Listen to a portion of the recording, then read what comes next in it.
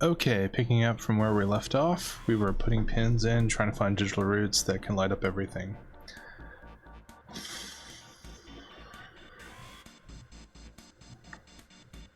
So I'm going to use the mouse instead. So if we do 1, 2,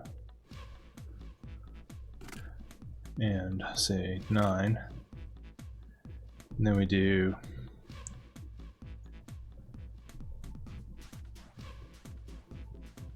let's not do that.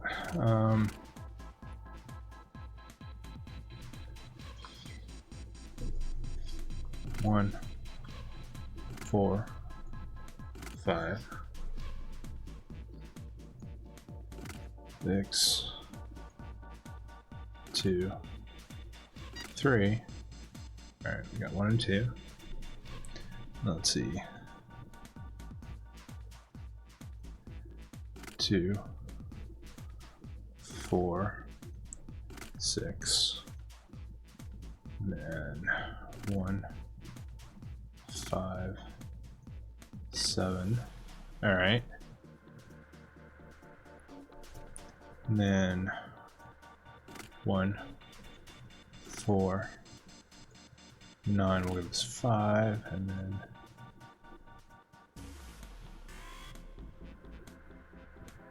2, 5, 8.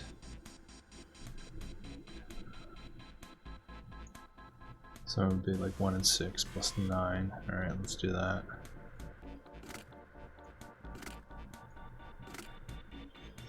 And over here we're going to do 2, 7 is 9, and then 8, yeah. Hey, we got them all. The lights are on and the shutter is up. Hey, does that mean? Yeah, we gotta do it again. Man, I thought I was doing so well. Okay, so we got 9 holes, and there's an F above them. I don't know what F means, but I do know one thing. What's that? This time there are 9 holes, so we need to insert 9 pins. Man, that's boring. Well, why don't we just try it, alright?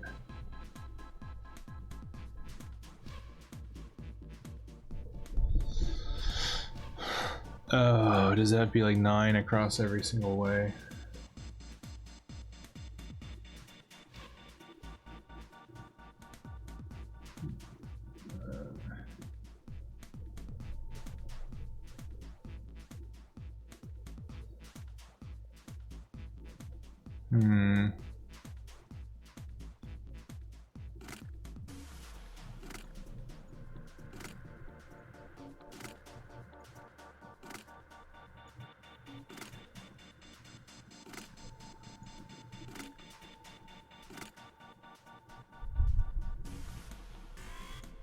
No. Oh, yeah, F. Let's give this one more shot. In hex. How many people know hex?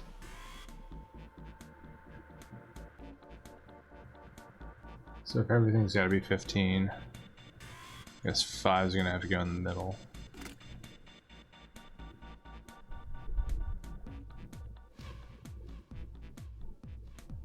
Maybe like 7's got to go over here. 7.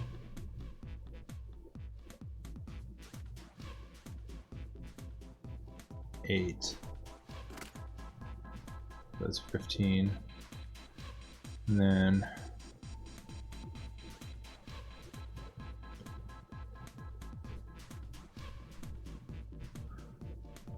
4 and a 6 maybe.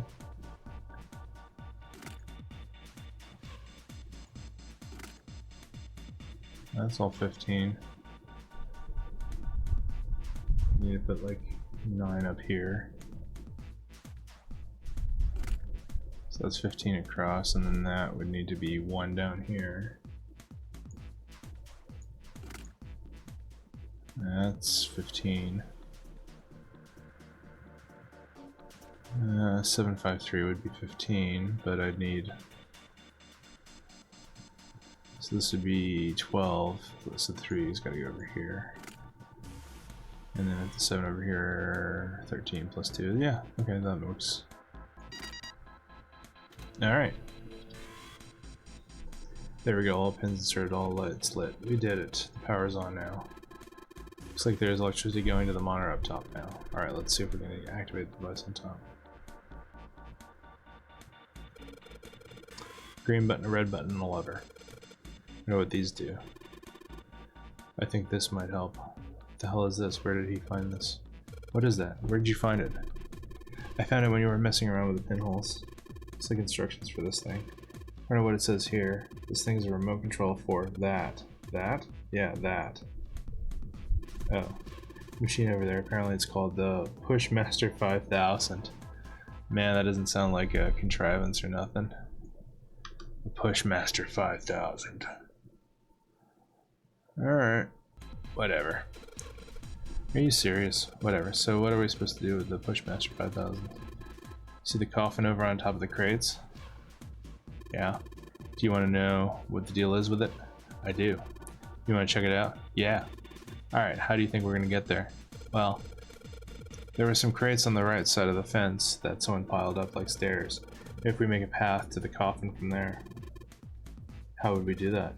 Line up the crates, I guess? Yeah, that sounds about right. I guess it's just another of Zero's puzzles. Yeah. Anyway, let's give it a shot. Looks like the Pushmaster 5000 runs off of battery. So to keep it from using up its energy too fast, it's been programmed so that it'll only start moving once its path has been completely programmed in. Alright, I'll just keep that in mind. New material has been added to the file screen. Top-down view of the area where the machine. I want to send my orders to the Pushmaster 5000. I just pull the lever. Let's see.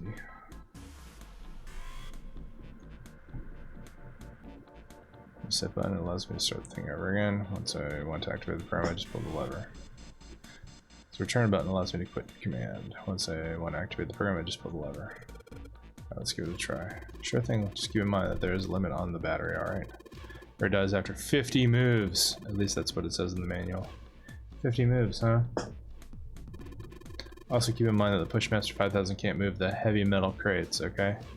Heavy metal! Alright, cool, got it. 1 second, I'm gonna grab something.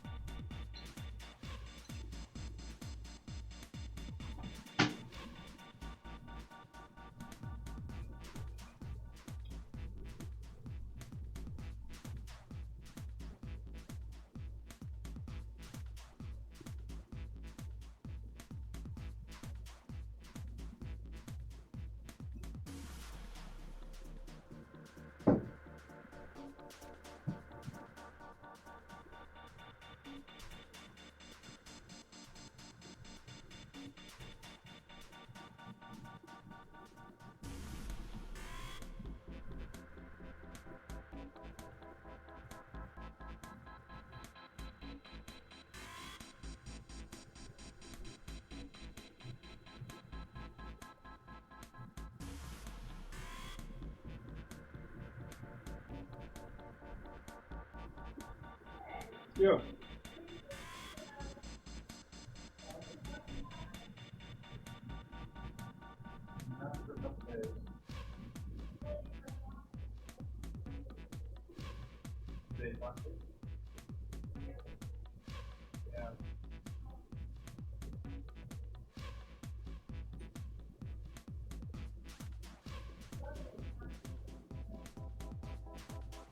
Yeah, no, I'll keep an eye out for it.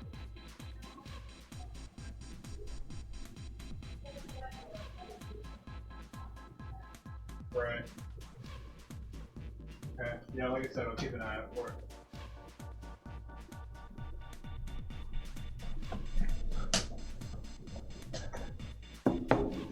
Okay. Operations for instructions for operation. Operations for instruction. All right.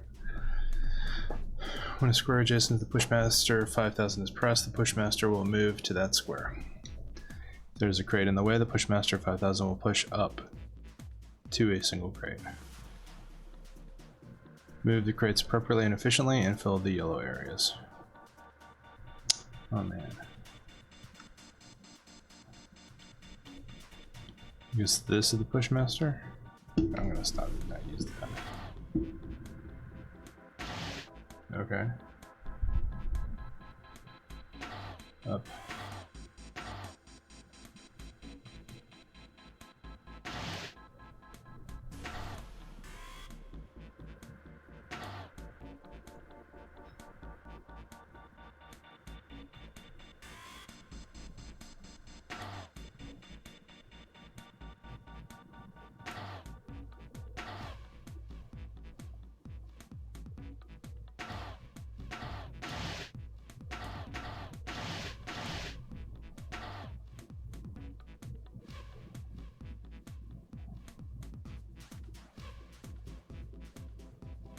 Hmm.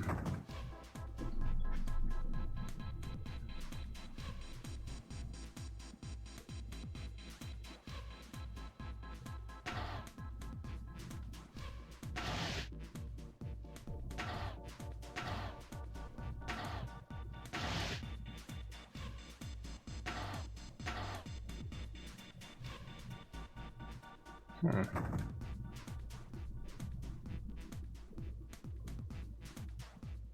Oh.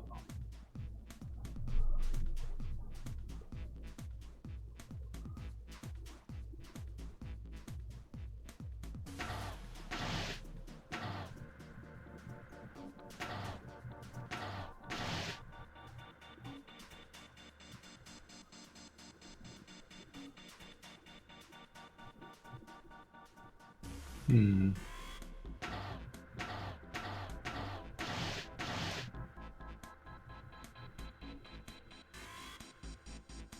Nap. Hmm.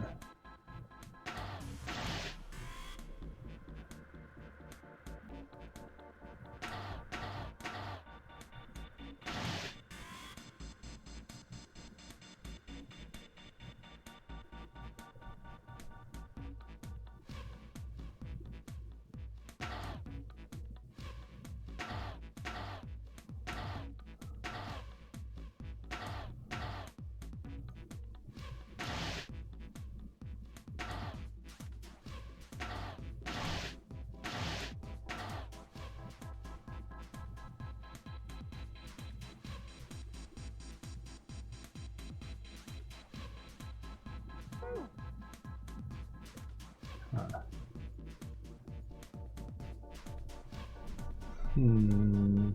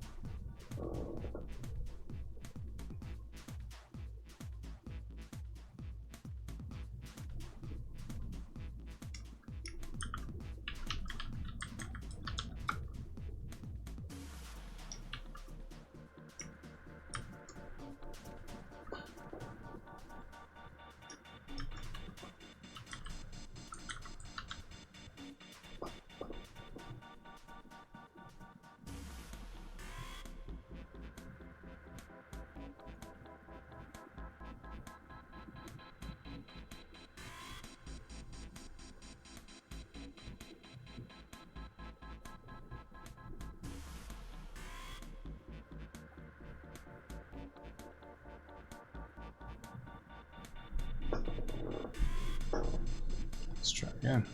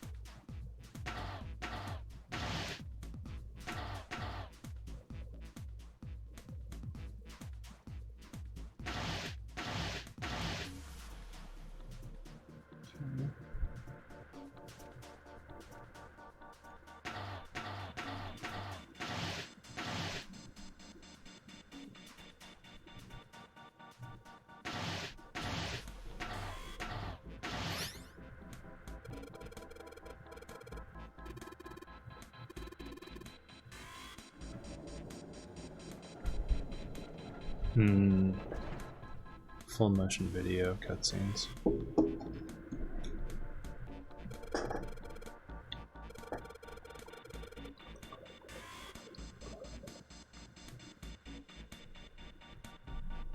Alright.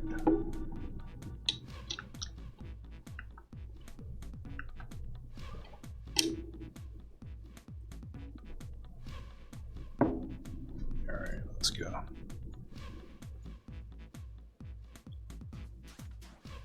In the coffin. Mummy! Just kidding. I'm giving you one middle finger, Santa. Really? Whatever. Just open it. Okay. A small key and... a gun?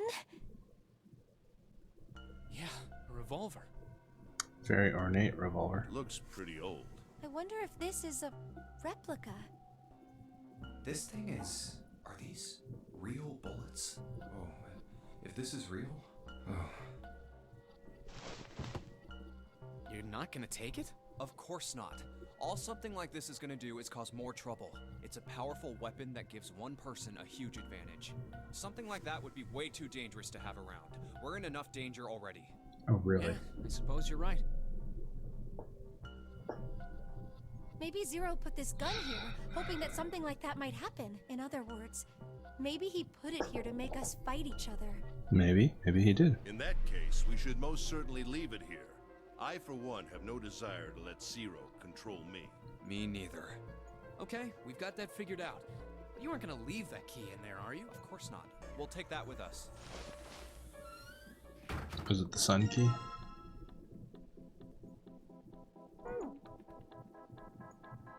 There's a revolver in this coffin. What was this thing for? Jumpy, I know, I'll be there in just a minute. Now is not the time to be thinking about the coffin. I need to focus on getting out of here. Alright, fine, whatever.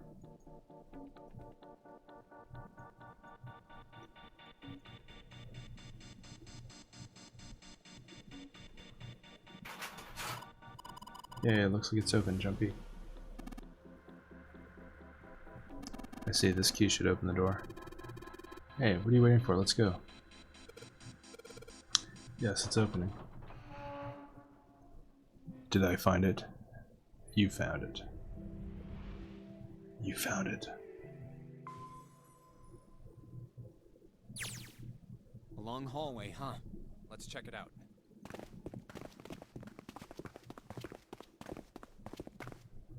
We've seen this elevator before. From the other side. We got off the one on the left just a little while ago. Then we went through the number 6 door, and that took us to the engine room. Yes, and after that we passed through the cargo room. And now we're back here. In other words, we made a loop. We're back where we started. We needed a card to get to this point. I don't see a card reader here. Perhaps we aren't able to activate it from this location. Why don't you just try pushing the button? Yeah. Push the button. It works.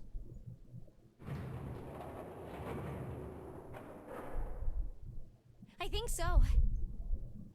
Good. Now we can go back if we need to. What do? Should we return to... No, this hallway keeps going. Even if we do end up going back, I think we should see what's down there first. I agree. Let's go. Decision made. Junpei and his companions left the elevators behind and continued down the hallway.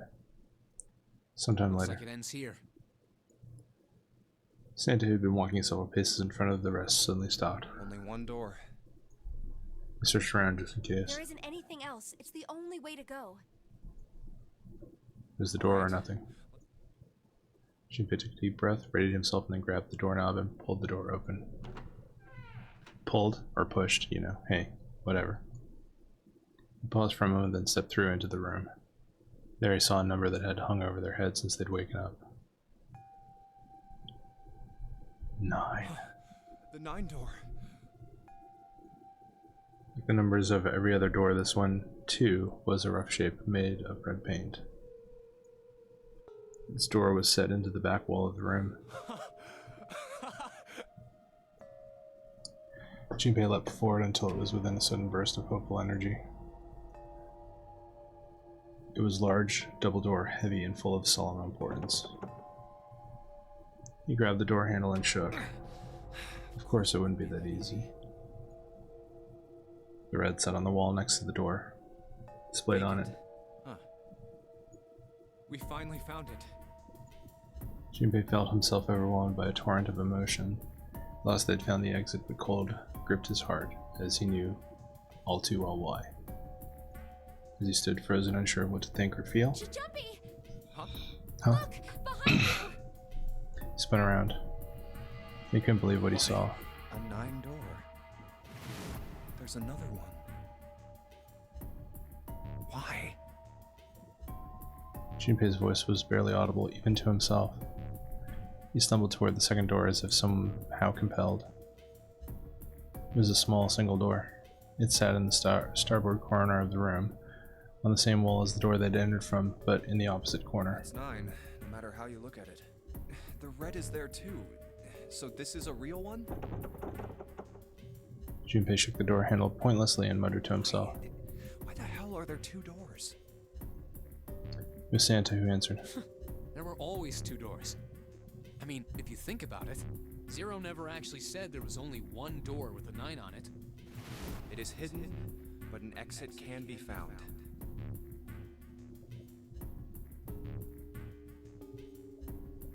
Seek a way out. Seek a door that carries a 9. Of course, we just assumed that there was only one. After all, why would there be more than one? Oh, man. Let's see where we are in the flow of things. Oh, we're getting close. Close to some kind of ending. There's lots of other stuff to do. Don't worry. I'm going to try and make it so that we go through everything.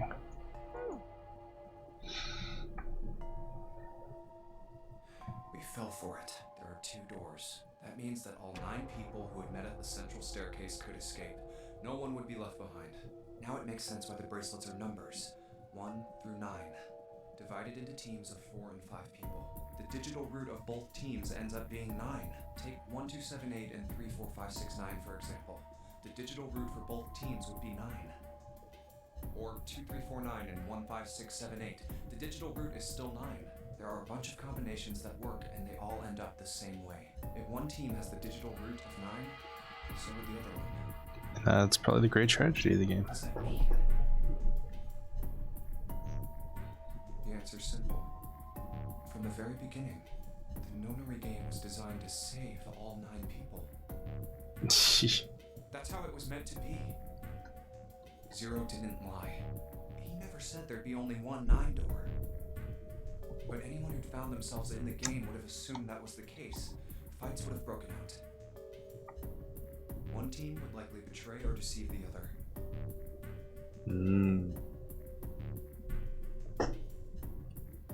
Betrayer or assist. Sounds like something we might run into later. Someone might be hurt. Someone might get killed. But eventually, they'd reach this very same room and realize how pointless all their infighting was. There were 2 doors. There was no need to kill each other. They'd understand and be appalled, overwhelmed with the guilt at what they had done. This game was designed for that purpose. This Nonary game.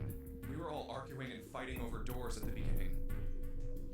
But if there had been one slip up, one tiny mistake that led to more, everything could have been so much worse now. The thought of it sent a chill down his spine. So, what are we going to do, Junpei? A voice broke through Junpei's frantic thoughts. Santa's voice. Oh, right. Hey, keep it together, man. Sorry. Jeez. So what do we do? What do you... We need to think about our next step. Our numbers are 1, 3, 5, and 6. That's a digital root of 6. The 4 of us can't open the number 9 door. Nope.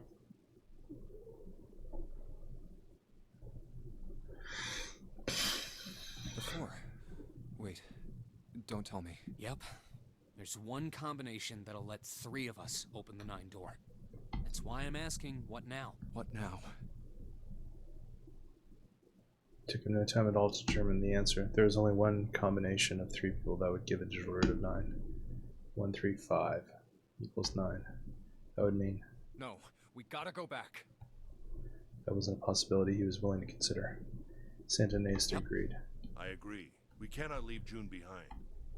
Junpei let out a breath he hadn't realized he'd been holding. Are you sure? I don't mind staying. June's body betrayed her true feelings. Her eyes were wet with the beginnings of tears and her legs shook. It's okay. There's no way we'd leave you behind. Santa had said what Junpei had known the moment he realized which 3 people could go through the door. Besides, I'd rather drown at the bottom of the ocean than escape with this sausage fest. Damn it, Junpei. Damn. Maybe I'll get to go to Atlanta. Are you sure you don't mean Atlantis? Huh? Oh, right. Perhaps it was the sudden reassurance that no one wanted to leave June behind, but Junpei laughed harder than he had in some time. Santa Nace smiled. You guys. June blinked tears from her eyes and bit her lip. She didn't seem to know what else to say. Very well. Best we head back to C-Deck then. We should be able to take the elevator we passed earlier. Perhaps Clover, Seven, and Lotus will have returned from door 1. Even as Ace spoke, they knew finding the others wouldn't improve the situation. But even with all 7 of us, Ace knew it. They all knew it. Standing around here isn't going to accomplish anything, don't you agree? Let's find the other 3 first, and then search for another solution. I guess you're right. All right, let's go. Let's go. Ace looked at all 3 of them, then turned and headed through the door. Yeah. Okay. We got, what, like 2 hours left? Santa and June followed. Huh.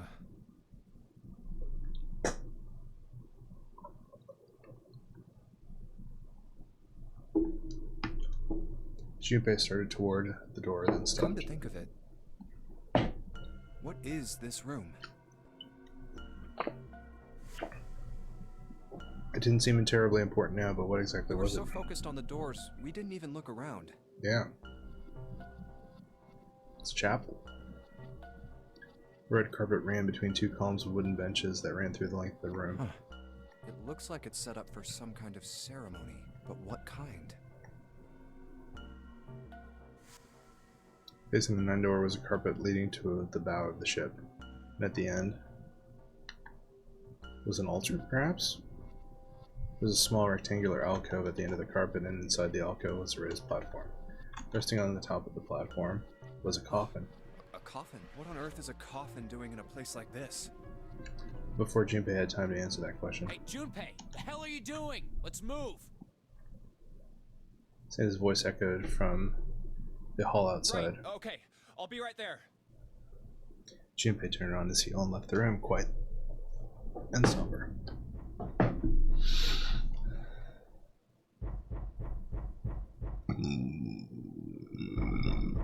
Excuse me, burping.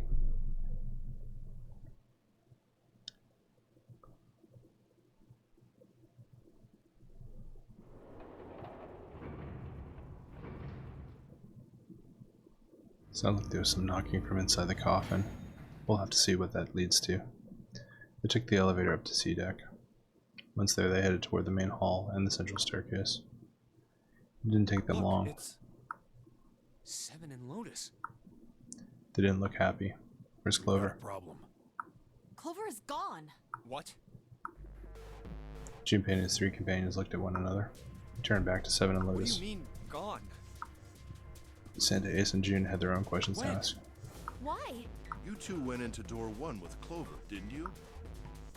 Seven and Lotus responded as best they could. Yeah, we went through the door together. But Clover barely spoke to us. She just did her own thing the whole time. There were 4 rooms on the other side of door 1. She wouldn't let us into the 4th room. She just said, I'll take care of this one. And shut the door. She must have blocked it with something on the other side. We waited for a while, but Clover didn't come out. We called for her, but she didn't answer. So I kicked down the door and we went into the room. But It was empty.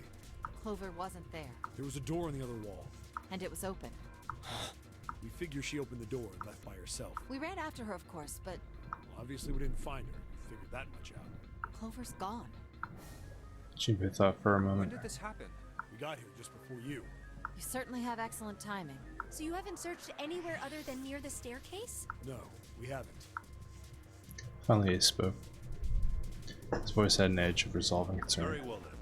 We'd best separate and look for Clover. We haven't much time left. Let's begin. Yeah. There were quick nods all around, and the 6 remaining players spread out. June and Junpei ran into the large hospital room together. As quickly as they could, they searched around and under the beds and in the She's not corners. here. No, she isn't. All right, just in case, we should go take a look in the shower room. Shower room? That's where her brother is. She might have gone to see him. June bit her lip. She knew, as Junpei did, that was the one thing to see in the shower room, and it wasn't pleasant. We might as well check, right? Let's go. There was a screwdriver stuck between the door and the frame. We can still get in. We should thank Seven later. Junpei and June slipped through the door and moved down the hallway and stepped into the shower room.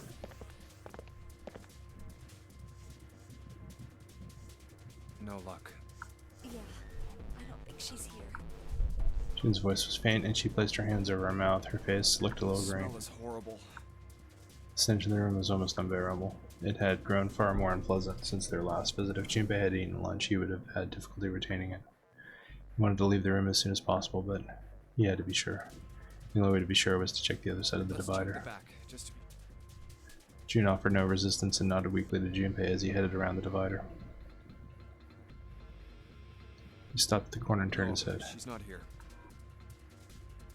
As he expected, Clover was nowhere to be seen. The only thing on the other side of the divider was a dead body lying in a reddish-brown puddle of dry and drying blood. Snake, just where did your sister go? Junpei whispered to what once was Snake. He asked rhetorically, of course. There was no way he'd get an answer. He gave a deep sigh. Such a horrible way to go. Yeah, agreed. Skull shattered, the left arm's hideously twisted. Oh, wait. The bright white of the ulna was clearly visible through the remains of skin and muscle. Bright white. Ulna. Bones. The pieces fell into place. Junpei remembered something Clover had told him in the laboratory. My The laboratory. brother's left arm is, it's not like a normal person's arm. The accident hurt him really bad. Of course. Of course. Why didn't I realize it earlier? Clover had told Junpei that Snake's left arm was prosthetic. The left arm of the corpse behind the divider was quite clearly a real human arm, or at least it had been once. That meant the corpse. Jumpy? June's unsure voice at Junpei's sudden strange behavior drew his attention back to her. Oh, sorry for making you wait. Let's go.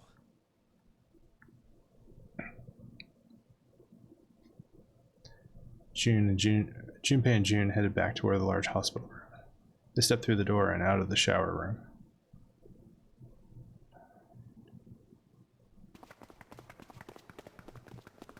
Down the hallway they went, searching for Clover in every corner. They reached the stairs when Seven appeared, breathless and yelling. Junpei! June! Where were you guys? He looked pale and his face was drawn. Something terrible had happened. Junpei's breath caught in his throat. Did something happen? Seven drew a shaking hand across his face and gulped down a deep breath of air. Clover is dead. What? I found her in the first-class bathroom.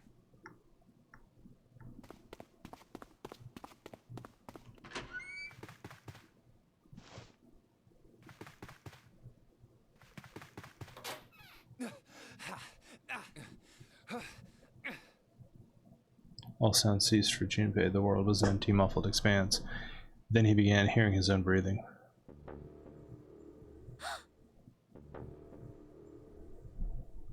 June's mouth moved, but he heard nothing. She tried once more, and then her energy was gone, and she collapsed against the wall. He could have helped her, but he hadn't, and now she was dead. So he stood there, frozen in place. Clover, why? Why did this happen? He forced his body to move. Each step felt like another nail pounded into his heart. Finally, he was in front of her. He knelt and placed 3 fingers against Clover's neck. No pulse, no breath. But she was still warm and her eyes were closed peacefully. It would have been easy to think she was asleep. Easy, that is, were it not for the slowly expanding puddle of blood beneath her. He traced its source to her back, a gash just beneath her shoulder blade. Was the weapon a knife, perhaps? If it was a knife, the killer had taken it when they left. When he closed his eyes, he saw Clover's smile. Clover! Her innocent smile. Her energy. He would never see her smile again. No way. He could have done something. He could have helped her. His stomach twisted itself into a sickening knot. Let's get out of here, June. Junpei lifted a limp June from the floor and carried her from the bathroom.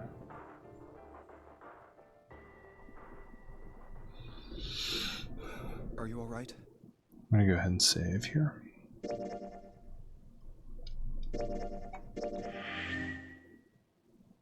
No. It was a foolish question, and he knew it. Yes, I think so. Her voice was weak. The fever had gone down, but the emotional scars she'd received were not likely to recede as quickly. Junpei laid his hand on her shoulder and they walked back to the bedroom. You should get some rest. Here, the bed. Can you sit? Yes.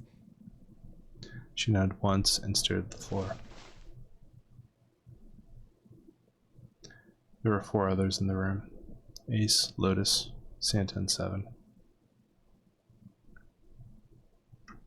6 of us, now that 3 are dead. Snake, the 9th man, and Clover. They all stared at nothing, their faces drawn and tired. After a while, they drifted into the bathroom to see Clover's corpse themselves. Once everyone was back in the bedroom, Junpei walked slowly to the center of it and looked around as the slumped figures gathered there. Who was the first to find the body? Me. 7 said. 7 spoke from behind Junpei. He turned around. 7's hand was up. Why did you come to this room? To look for Clover. Why else? I found her body in the bathroom. As soon as I did, I ran outside. I got to the top of the stairs by the casino and yelled as loud as I could. Hey, guys! I found her, but it's bad! She's in the bathroom in the first-class cabin! Come quick! Or something like that. Then I went back to the bathroom. Ace, Santa, and Lotus showed up real soon after that. But I guess you two hadn't heard me or something because you didn't show. So I took off down the stairs to look for you. After that, I mean, you know the rest, right? Junpei nodded and closed his eyes. There's one more thing he needed to ask. 7. There's one more thing I'm worried about. What? You stuck one of those plates in between the door and the frame, right? Why did you do that? Come on, didn't I already tell you that? I did it so that the door wouldn't lock. So we could come back to this room? Oh. You think I did it? Well, I don't know. That kind of depends on what you say, doesn't it? For crying out loud. 7 sighed and shook his head. Follow me. There were 2 doors standing next to one another. He opened the one on the right. It's a closet. Closet? Yeah. 7 stepped inside. He stood in front of one of the shelves that filled it. He gestured toward a small box. The box was a small metal cube.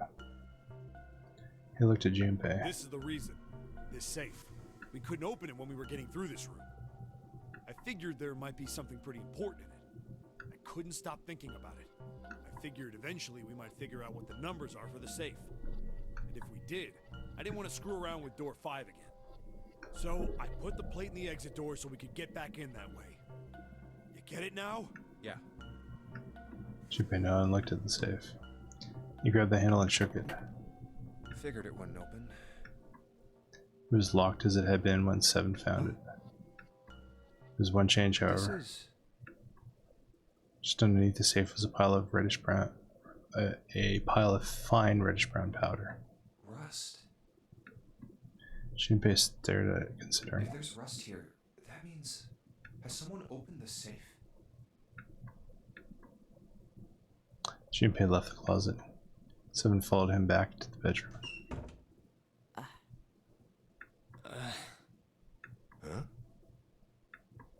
It was cold and quiet. No one spoke. They sat, frozen in place by shock and grief and fatigue. The room felt tiny and oppressive, and the thick metallic smell of blood filled the room. Junpei turned and headed for the living room. Anything to get out of there. Maybe there's another clue. Anything that might lead us to discover who stabbed Clover. As quickly as they could, they searched around and under the beds and in the corners. His eyes caught on the door. Door that led to the passageway of the door, number 5. Behind this door. The ninth man's body is behind there. Maybe I should have another look at it, just in case. Quietly, he pushed the door open. Ugh. The smell hit him like a blow to the face. Oh, the hell? This smell is... His lungs contracted, unwilling to inhale such a fetid air. Acid boiled up from the base of his stomach, churning with what little food was there, into a violent froth. It was too much for him, and he vomited. A thin stream of yellow water and bile splattered onto the floor. He wiped his mouth weakly and stared at the dead body. Chunks of torn flesh lay in an arc around the body. What remained of his intestines had slid out onto the floor. The pool of blood that framed it was half dry, but so thick that it had taken on a texture not unlike that of an egg yolk prepared sunny side up. On the floor next to the broken mass of the man's head lay his glasses, cracks spidering across the lenses. Wait. That was when he noticed. It's gone. Yeah, the bracelet. His bracelet. It's gone. Yep. It was right next to the glasses.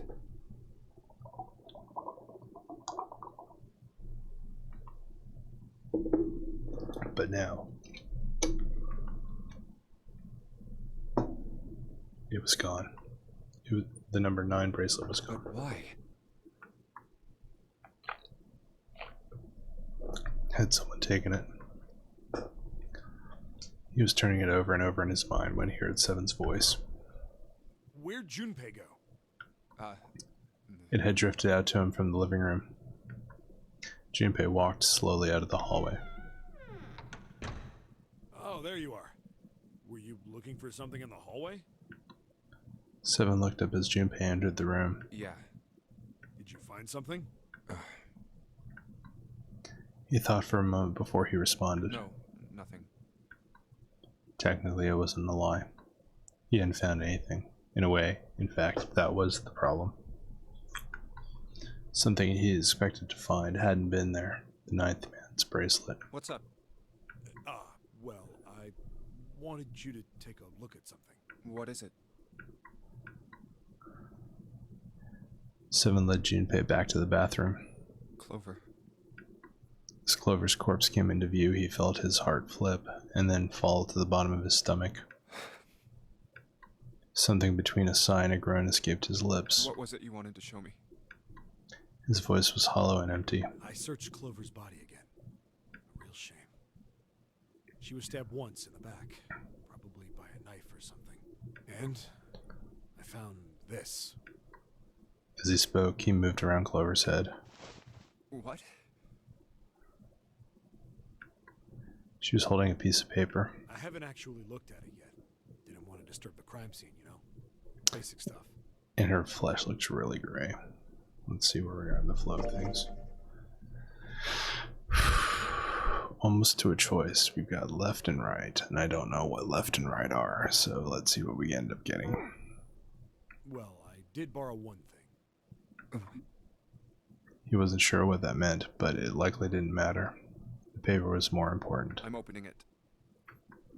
He picked it up and carefully opened it. There were 2 sentences written on it. Truth had gone, and truth had gone. Ah, now truth is asleep in the darkness of the sinister hand. The left hand. What is this? Some kind of secret code? Seven peered over Junpei's shoulder at the note. Junpei stepped away from Clover's body and into the living room. He began to pace, attempting to code the note. A code. First clue is likely the phrase sinister hand, usually meaning the left hand. Sinister hand means the left hand. Sinister was a term used in heraldry that meant to the left of the bearer of a coat of arms. The left hand. The left hand.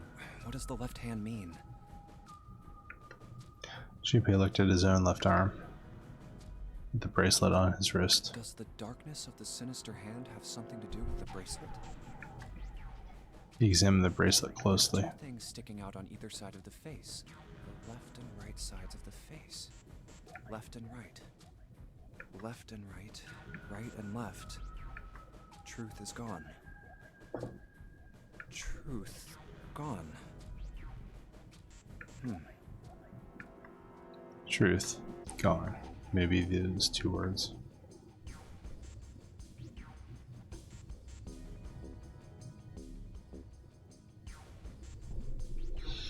Man, I don't know. Let's see what we get.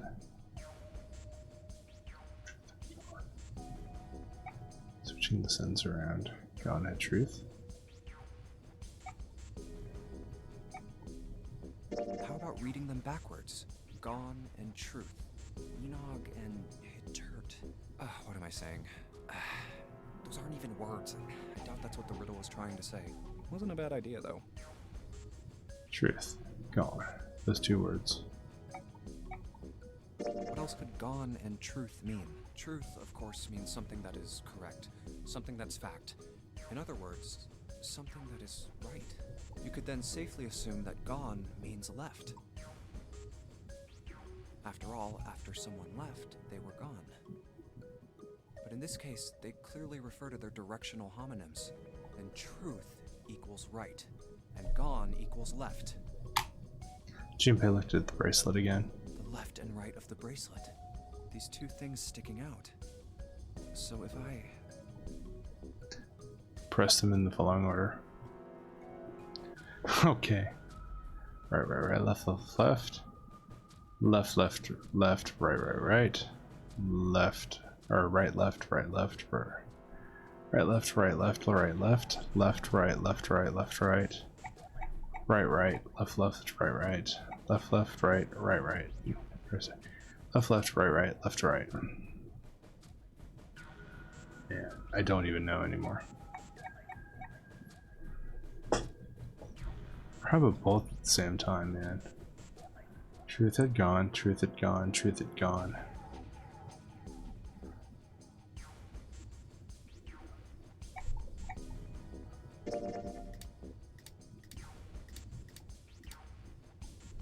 And then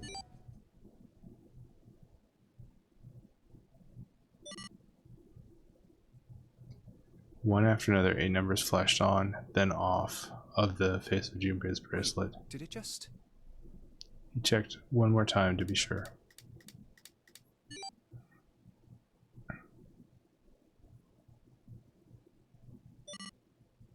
One, 4, 3, 8, 3, 4, 2, 1. Hey, what are those numbers? Screenshot.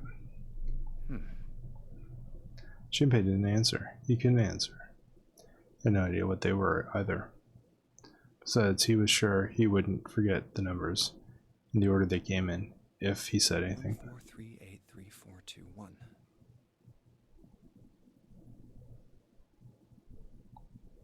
Muttering the numbers to himself over and over, Junpei headed toward the bedroom. 1, 4, 3, 8, 3, 4, 2, 1. 1, 4, 3, 8, 3, 4, 2, 1. 1, 4, 3, 8, 3, 4, 2, 1. 1, 4, 3, 8, 3. Before long, he found himself in front of the safe again. His lock was the only device he could think of that required a sequence of numbers such as the one he had discovered. Besides, someone had opened the safe at least once already. Had Clever come to the bedroom to open it? Junpei slowly dialed in the numbers the bracelet had given him. 1 to the right, 4 to the left, and... Oh, Finished. bingo. I knew it was for this. Small telltale sound of a lock opening. He grabbed the handle, took a deep breath, and pulled it up. Oh, is this some sort of note? Inside was a piece of paper. It was roughly the same size as the one Clover had been holding. Junpei picked it up. This is what it said. Fact 1. The Nonary game was played once before, 9 years ago. Fact 2. The person with the number 2 bracelet attended the game 9 years ago. Fact 3. It was planned by the following 4 people. Cradle Pharmaceuticals CEO, Gentaru Honguru, Cradle Pharmaceuticals Chief of Staff, Nagisa Nijisaki, Cradle Pharmaceuticals R&D Supervisor, Taruaki Kubota, majority shareholder in Creative Pharmaceuticals, Kagechika Masashido. I must punish them for the innocent lives they sacrificed. This is the only warning they will receive. That innocent souls might be saved. I now state the truth. 0.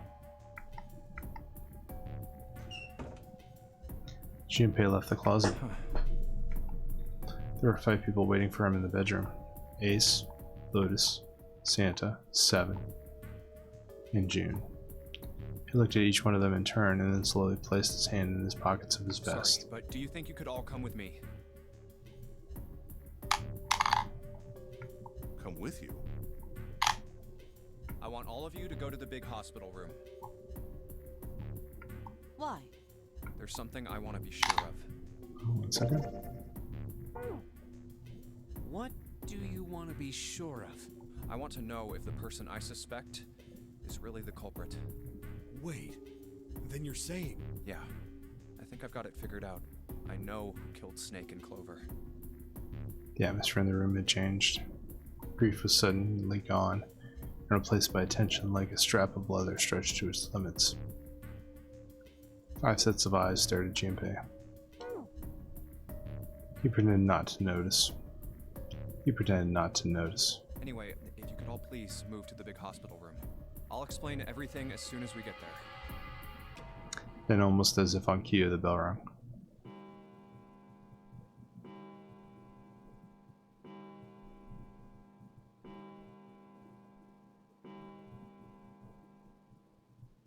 It was the bell from the clock in the main staircase.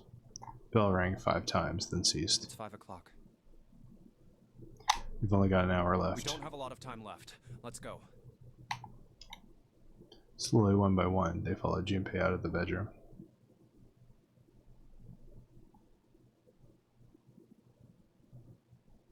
Actually, before we get started, I was hoping you could do something for me. Junpei stopped in front of the door 3 and turned around. Ace, 7, and Lotus, could you please place your palms on the red? 1, 7, 8.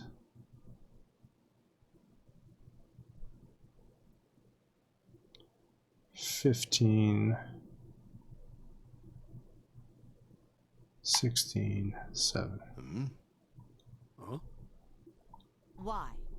If we need to get to the shower room, why don't we just... No, we're not going inside. Once you've authenticated, step away from the door. Why? Please, just do it. Or perhaps you don't want to know who killed Snake and Clover. Junpei's implication was clear and 7 understood perfectly. Fine. What about you, Ace? Lotus? Very well. Sure. 8. They pressed their palms onto the red. Once they had finished, they stepped away from the door as Junpei had instructed. 3 asterisks shone from the red's display panel. I have this idea. I don't think this device responds to a hand placed on it. It instead reacts to a bracelet being brought close. You don't actually need a hand. Junpei approached it and held his bracelet over the scanner. Being quite sure he didn't place his palm on it and instead only brought his bracelet near it. 4th asterisk appeared. I knew it. Just as Junpei had expected, it was possible to authenticate without placing one's palm onto the red, so long as the bracelet was brought near it. Junpei pulled the lever down.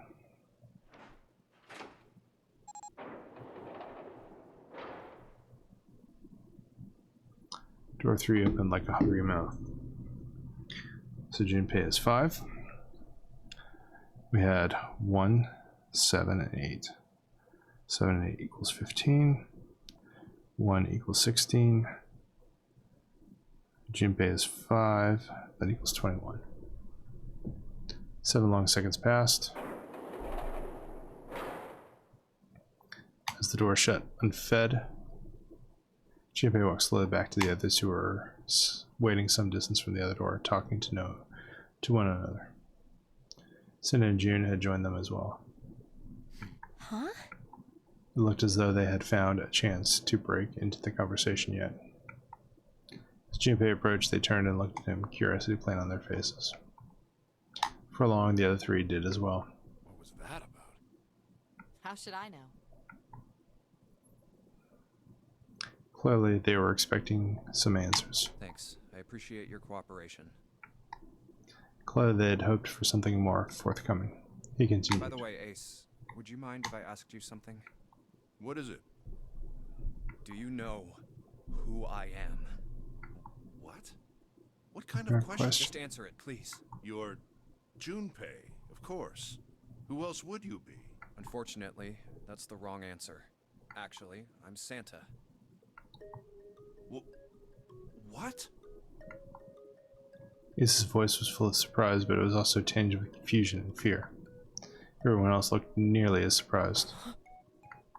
Cinder looked especially shocked to discover he was actually someone else. If he spoke, however, the trap would be exposed. Junpei quickly The continued. clothes I'm wearing, I borrowed from Junpei. And the clothes he's wearing are mine. We had a little swap. That's ridiculous. Impossible. So, you're saying I'm not Santa? Of course you aren't. Why? What makes you so sure I'm not Santa? If you were Santa, then door 3 wouldn't have opened for us just now.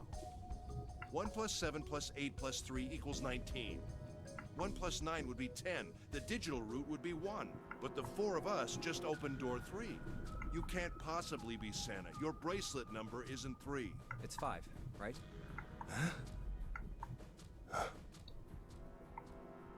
Well, then was it too late? Did Ace realize his Exactly mistake? right. My bracelet number is 5.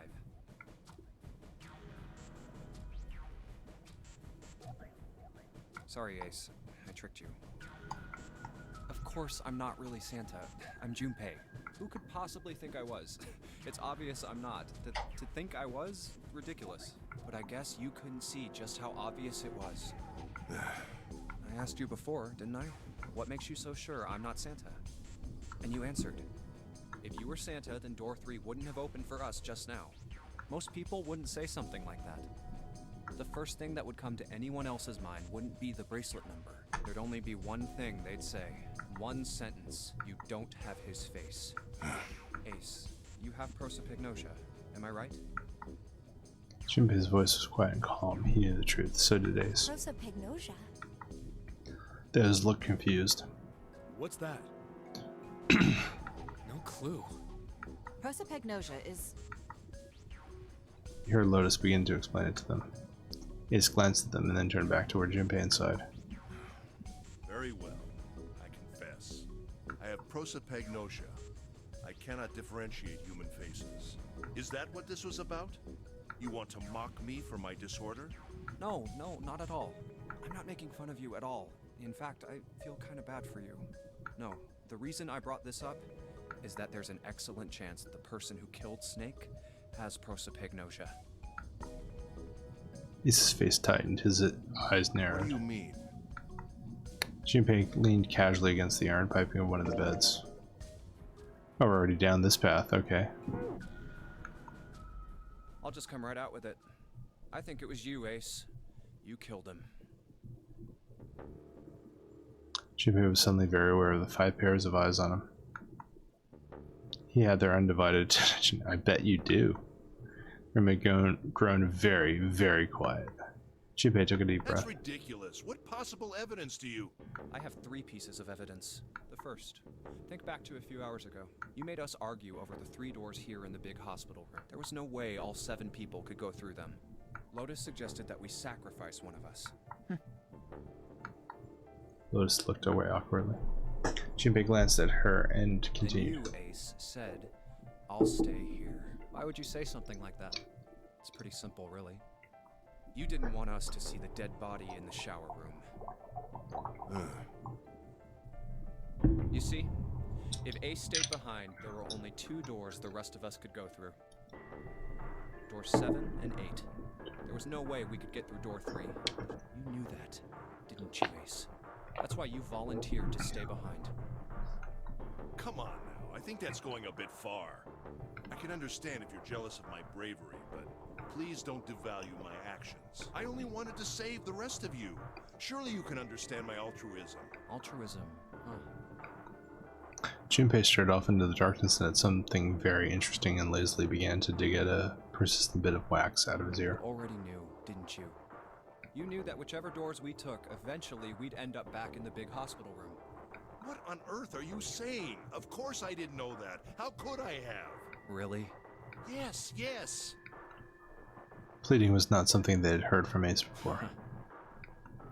Junpei pulled the piece of wax from his ear, glanced at it, and then flicked it off into the darkness. That's cool.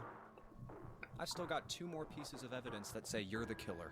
The second is that, as I said earlier, you have prosopagnosia. Then you mean to imply that a person who can't distinguish human faces must be a bad person? Junpei, they call that prejudice. No, I am not that stupid. Then why? Well, before I explain, I suppose there's something I should tell you.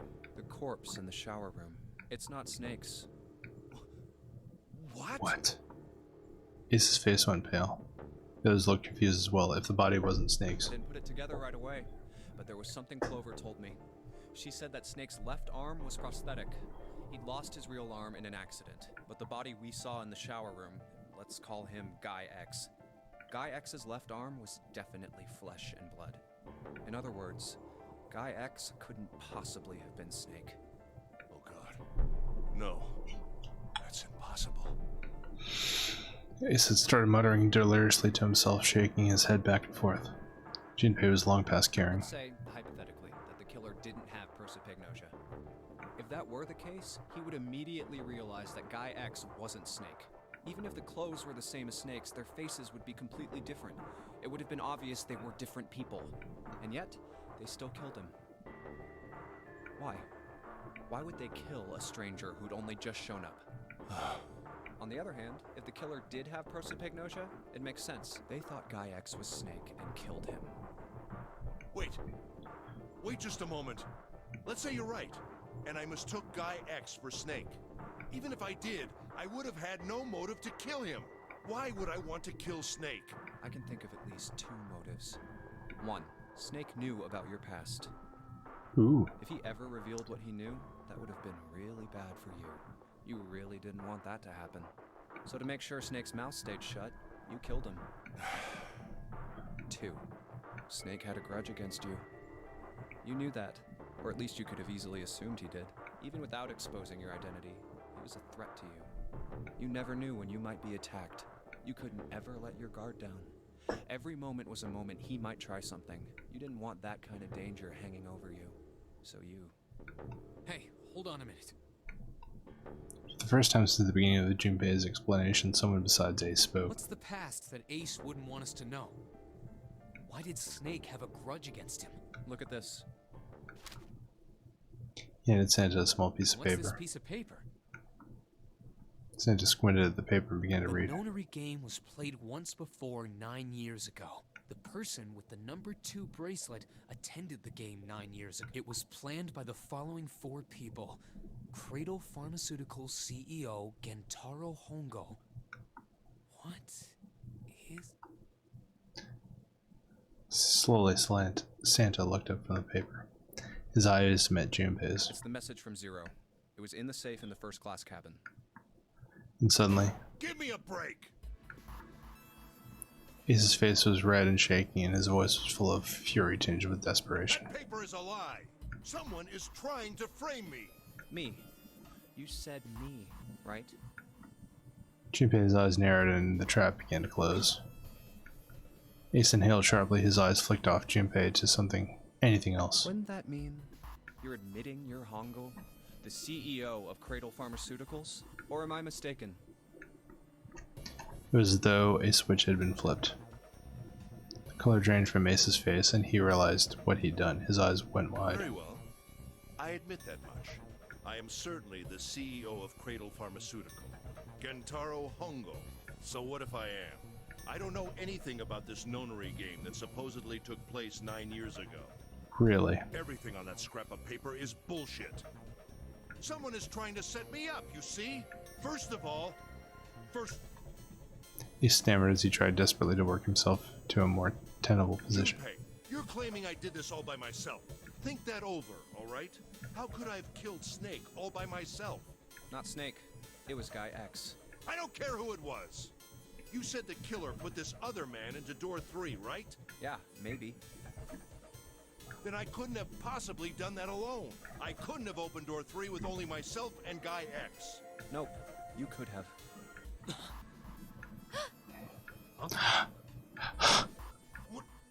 What? I mean, Mr. Number 9's bracelet.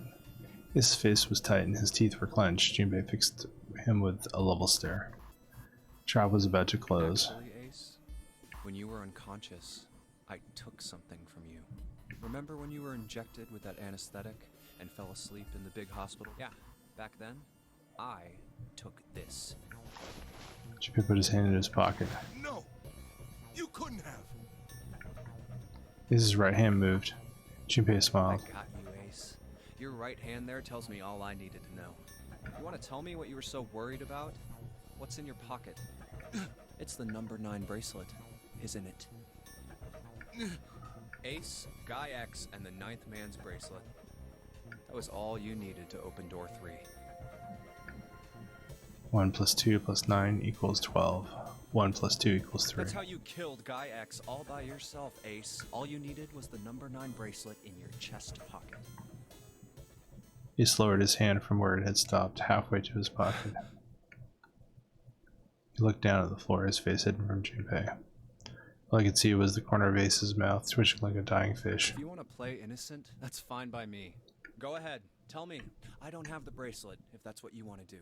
But if you could take off your coat and hand it to me, I'd really appreciate it. Otherwise, we'll have to take it from you by force. Right, 7? Yeah, it'd be my pleasure. Sven cracked his knuckles with a sound like gunfire.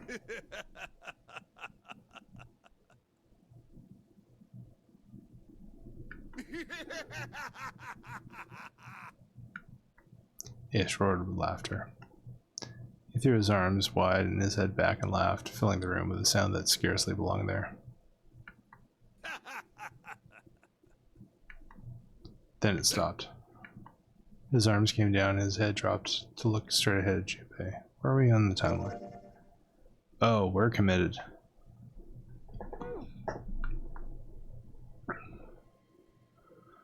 His face was flat and cold and devoid of any emotion. Well done, Junpei. As you so correctly deduced, I have the number 9 bracelet.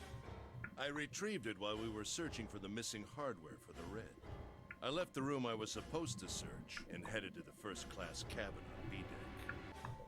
His voice showed no emotion, no sense of remorse or interest. It was almost bored, as though he were reciting an especially dull corporate My letter. purpose was to obtain the number 9 bracelet. 9 is a potent ally in the Nonary game. Yes, it Adding is. 9 to any set of numbers won't alter the digital root. 1 plus 9 equals 10, plus 1 plus 0 equals 1.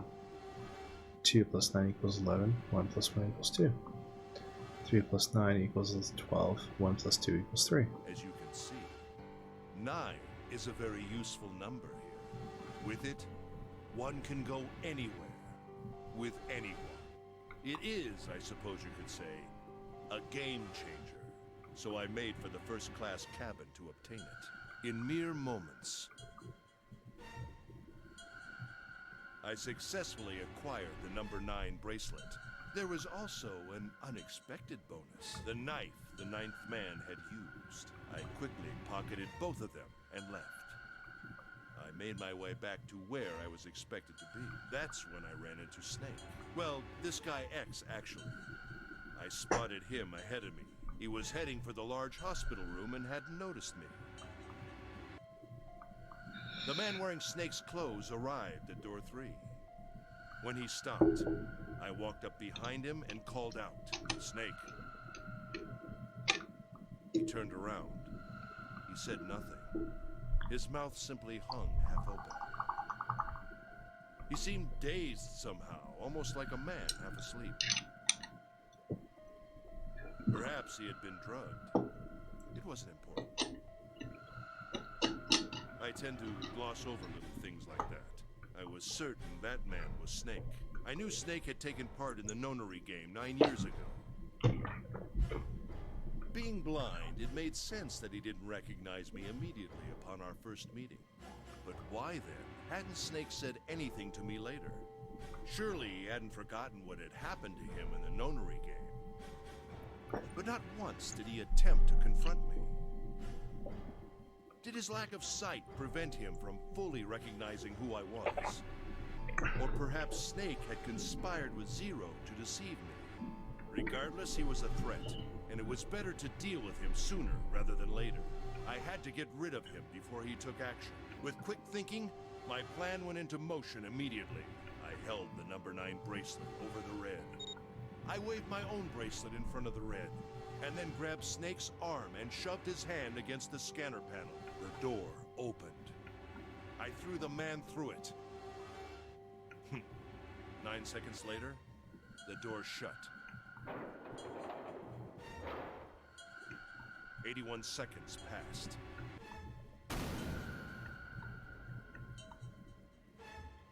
The man inside the door passed away. After that, I returned to my post as though nothing had happened. After conducting my own search, I returned to the large hospital room when the 1 a.m. bell rang. Ace's eyes were cold, his cheeks were hollow and pallid.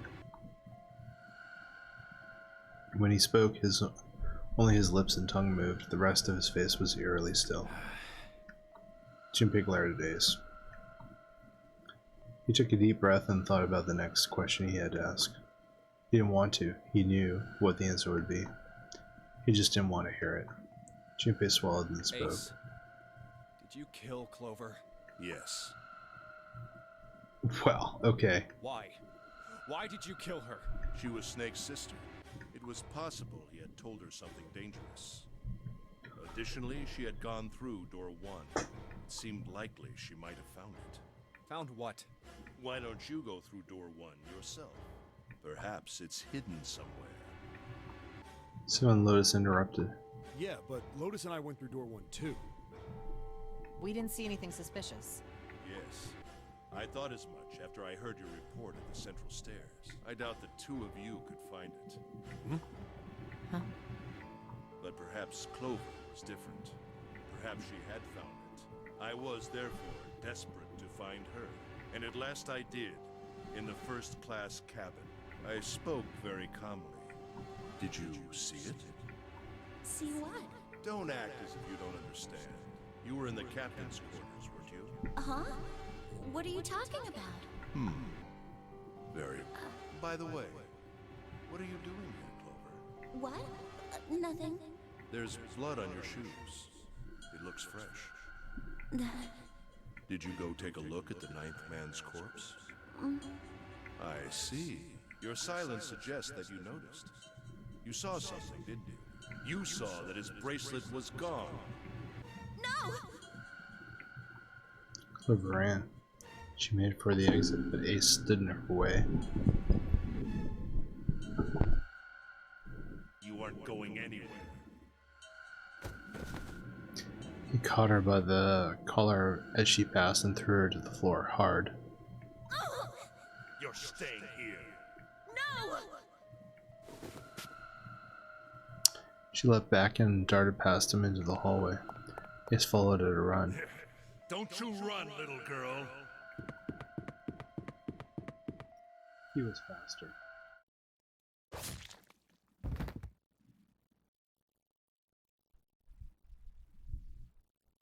That was how I killed Clover. His face hadn't changed. He felt guilt or remorse or anything one might feel after. He felt guilt or remorse or anything one might feel after taking life from a human being. You son of a bitch!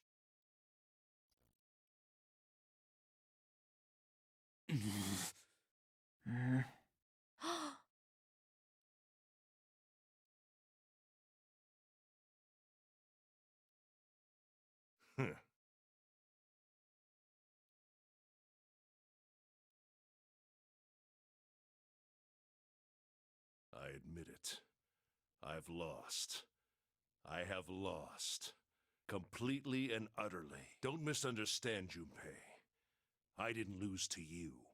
I lost to Zero. Not you. I'm rather disgusted with myself for falling into such a simple trap. I looked the fool. And it was a trap, make no mistake. I was trapped and manipulated by Zero. The man I killed in the shower room, if he wasn't Snake, then I have no idea who he was. But he was wearing Snake's clothes, and that was no coincidence. He had also been injected with something that reduced his cognition and prevented him from identifying himself or resisting me. And we can't forget the components that were removed from the red before we arrived. I have no doubt that Zero planned all of this. Zero made sure I would kill that man. It follows, of course, that Zero knew everything I would do. That I would try to take the number 9 bracelet. That I would try to kill Snake.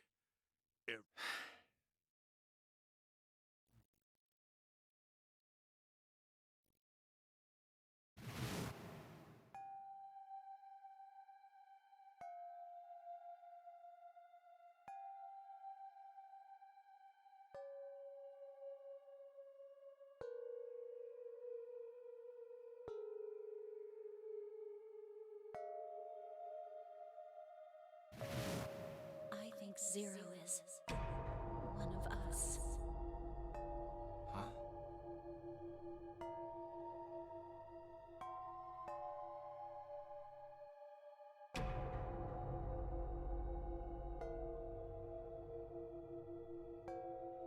Zero is one of us? No. Wait, there's one more person. Snake. The man who died in the shower room isn't Snake. That means he's almost certainly still alive. Maybe Snake is Zero. Maybe he made Guy X wear his clothes so that we'd all think he was dead. Where's Snake now? What if he's off somewhere laughing at us? If he is Zero, he must have been lying to us about everything else. Is he watching us?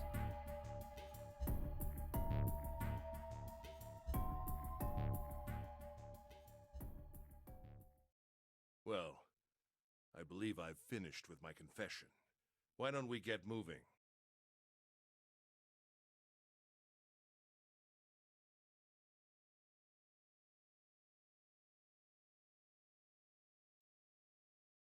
What the hell is this shit? You aren't going anywhere, you son of a bitch! We're gonna leave your ass here to rot! Why? Because I killed Clover? That's ridiculous. Why are you so upset that I killed the little bitch? She was nothing to you. A stranger you only met a few hours ago. Am I wrong? You bastard!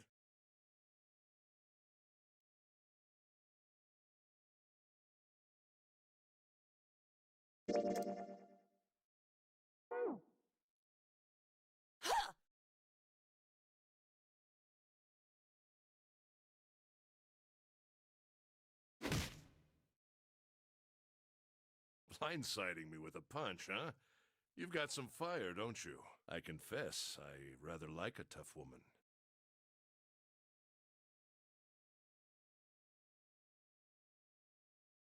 Well, maybe you'd like another one then. Before that, let me give you one of my own. Huh?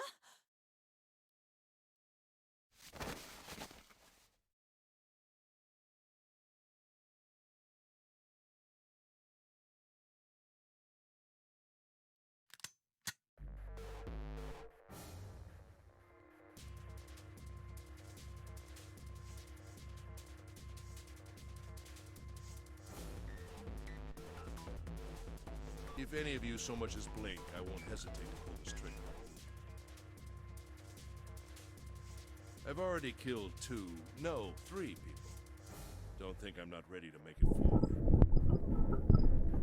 4. 3 people? What do you mean? Very well. Let me take this opportunity to illuminate you. The person who killed the 9th man was me. Although I suppose, to be more accurate, I encouraged him to get himself killed. While we were examining the main staircase, he came to me and told me his name. I recognized it at once, so I gave him a little push. Just a little white lie. It seems the settings for the dead were altered. Now it only requires a single person to deactivate the detonator in the bracelet. Investigate what's beyond door 5. We'll meet again later. And with that... Okay. Have a good one, guys. I'm going off ahead now. Well then. Why is it stopping? God damn it! You lied! Open the door, please! I'm begging you! Help me! Please get me out of here! Get me out of here! Oh my god, oh my god! There's no time left! Listen! I was lied to! He lied to me! He put me in here! It was him! He killed me! It was him! Ah!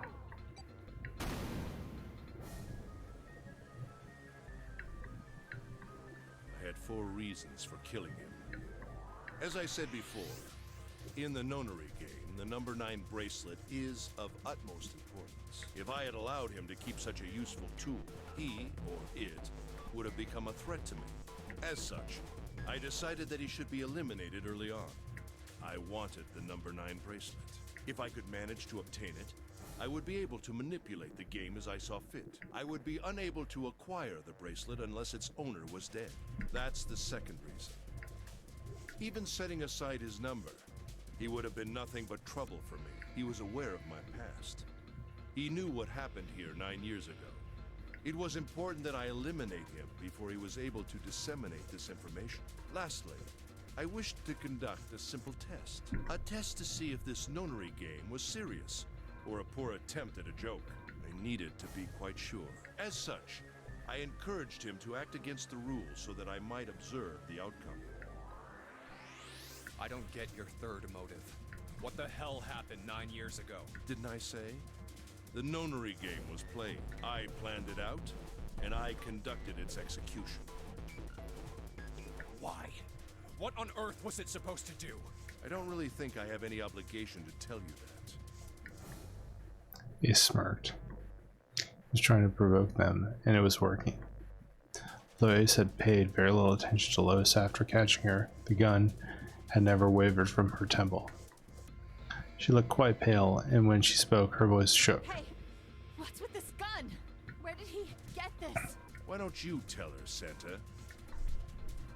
Santa ground his teeth and glared at Ace. The other side of door 6, we found the gun in the coffin in the cargo room, right?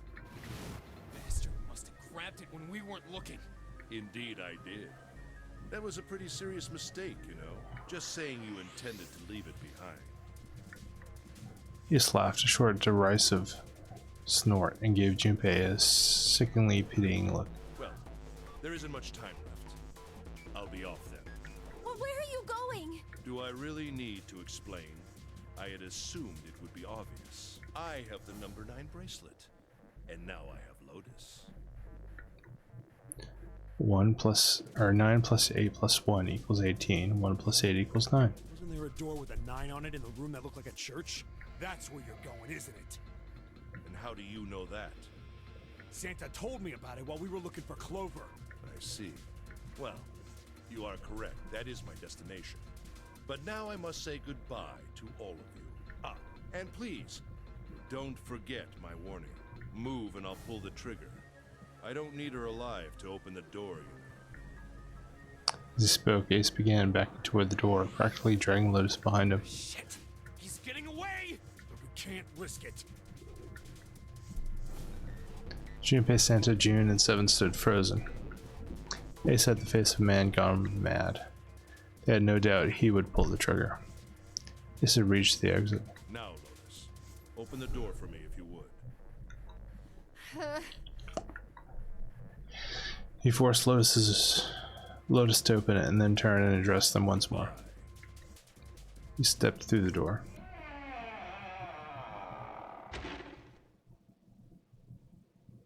It fell shut. In the blink of an eye, they were gone. As soon as Ace and Lotus were gone, Junpei and the others leapt for the door in pursuit of Ace.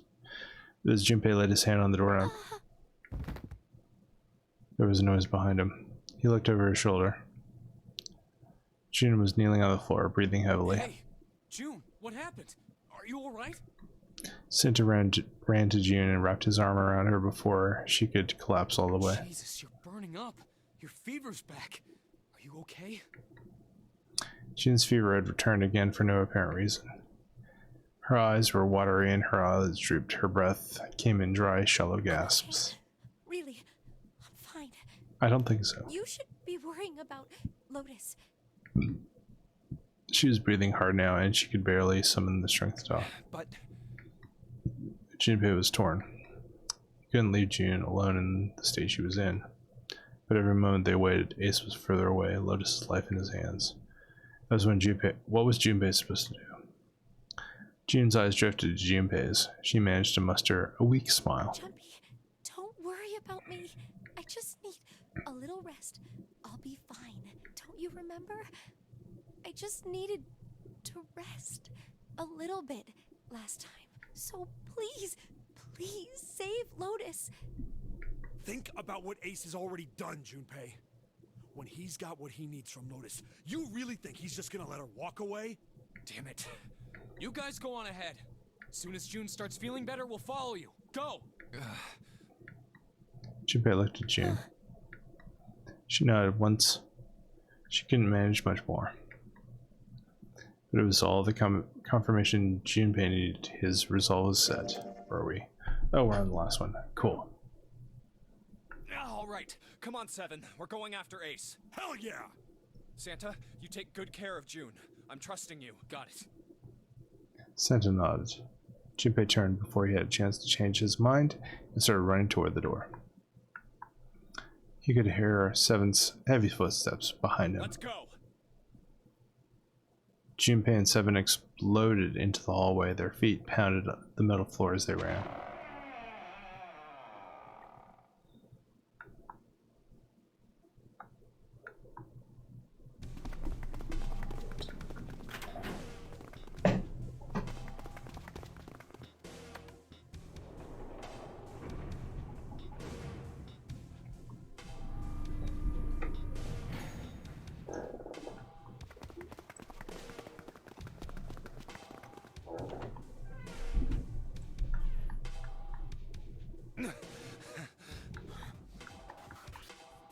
Junpei and Seven had finally arrived at the church, exhausted and out of breath. As their lungs struggled to catch their breath, their eyes frantically scanned the room. Where are they? I don't see them. You think they already went through? He reached up to wipe a palmful of sweat from his brow. Maybe. Even as he spoke, Junpei was already on his way to the larger of the number 9 doors. Let's check the red. The display panel read vacant. He spun around and headed toward the smaller door.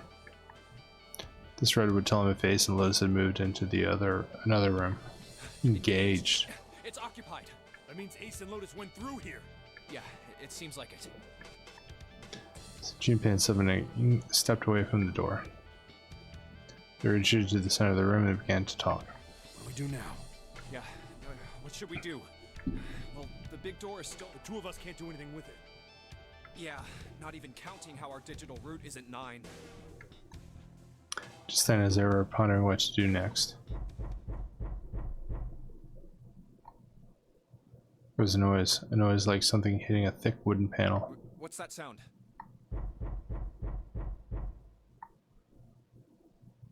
Junpei looked up, surprised.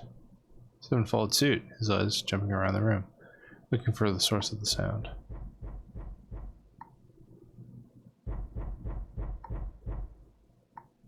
It's coming from over there. It wasn't long before they found the altar. Or more precisely, what was on it. The coffin. Yeah. Let's open it. How? By force! I don't think that's gonna happen. Well, you never know till you try, right? The only necessity for success is the willingness to suffer 1,000 failures. How very Who philosophical. said that? I forget. Anyway, we've got to try. Junpei and Seven leapt at the coffin. They grabbed the hold of what purchase they could and pulled. Damn it! See? If you could just pull it open, why would it have something like that? Seven pointed at a keypad on the side of the coffin. So unless I put in the right passcode, it's not gonna open.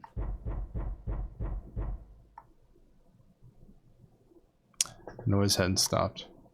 In fact, as it continued, it had only gotten louder and more forceful. What were they supposed to do? Junpei wondered. Some sort of clue somewhere. Ooh, FMV.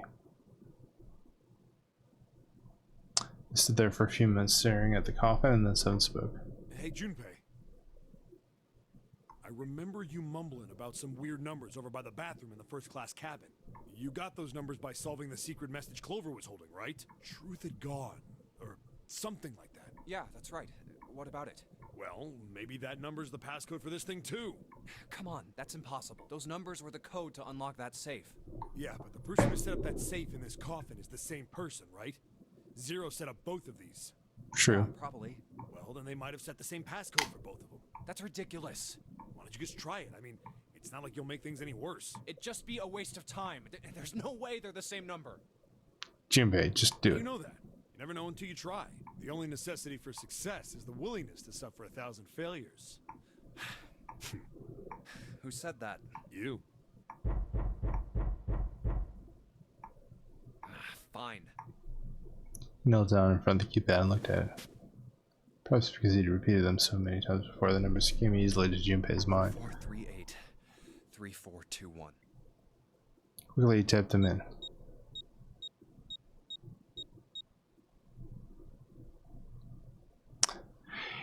He checked that he'd entered the right numbers, took a deep breath, and pressed the enter button. It only took a moment. Lock open. You gotta be kidding me. There was a click. The heavy clunk, the lid of the coffin slid off onto the floor. Someone sat up from inside. Snake! You? Why? Ah, those voices. Junpei and Seven, unless I'm mistaken. Where are the others? Of course, there was no reason Snake would have known anything about where anyone else would be. Junpei and Seven looked at one another. There was a great deal that he needed to know, but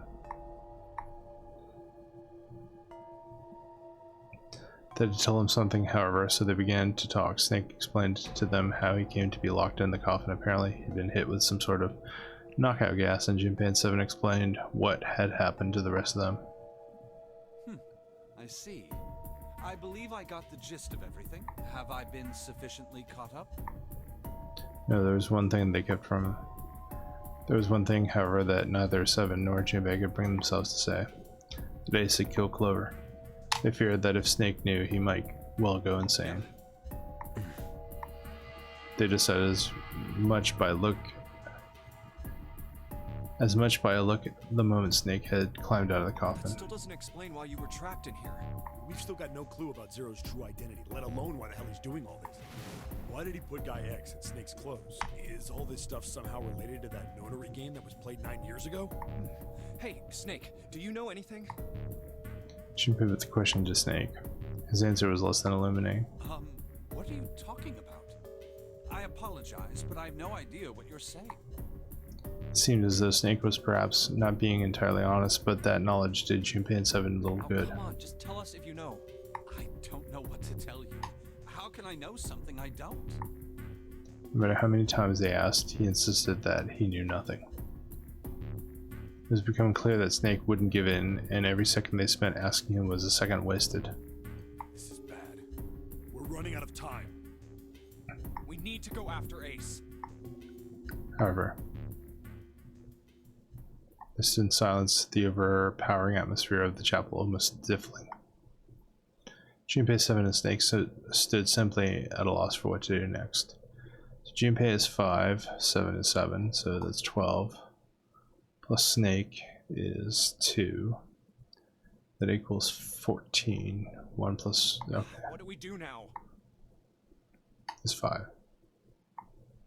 Sure enough, you could see the 2 on the bracelet on Snake's wrist. The three of us can't make a digital route of 9. Yeah, we just get 5. We're stuck here then. Oh, hey, I just remembered something. Someone began patting his pockets as if he were checking to see if any of them had held What? anything. What is it? I found something earlier. What did you find? This. He finally found the pocket he wanted and his hand dove into it. He pulled out something round and metal. A bracelet. There was no mistaking the number glowing from them, face like a cartoon on. Zero's bracelet. What did you say? Are you saying that 7 has the number 0 bracelet? Yeah. Where did you get that? Snake's question was innocent enough, but if he learned the truth, if he had been able to see, he would have noticed 7 look away. Clover gave it to me. Really? She did? Yeah. How did she come by it? Well, she found it. See, on the other side of door 1, A deck, in the captain's quarters.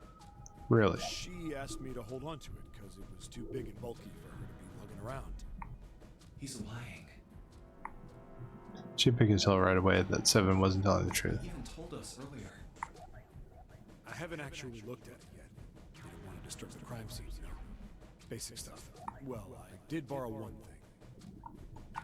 He probably said that so Snake doesn't find out about Clover. All right, Junpei. Been nice knowing you. Wait, what? 7 plus 2 plus 0 equals 9. Come on, man. I'm just kidding. Still, just in case, I want to make sure the 0 bracelet gets picked up by the red.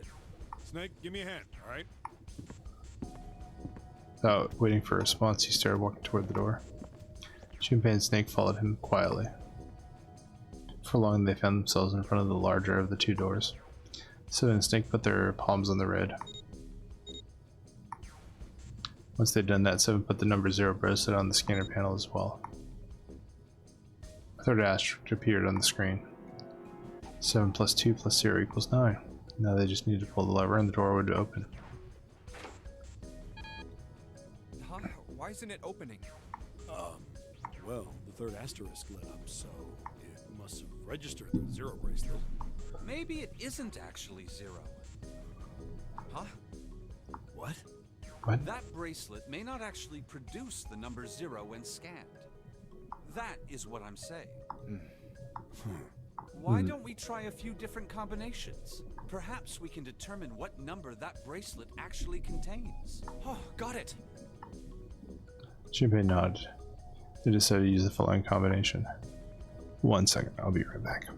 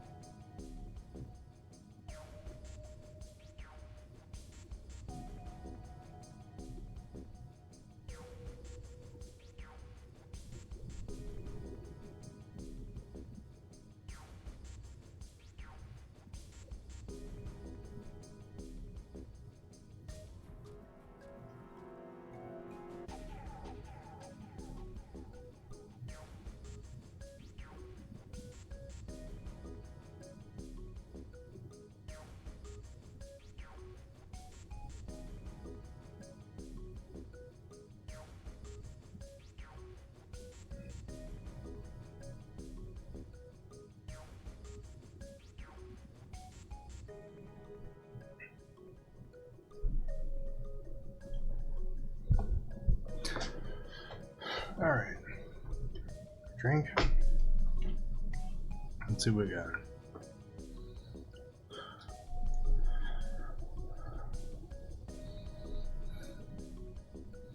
Let's try Snake, me, and the bracelet. If this combination works, then the number for this bracelet is 2.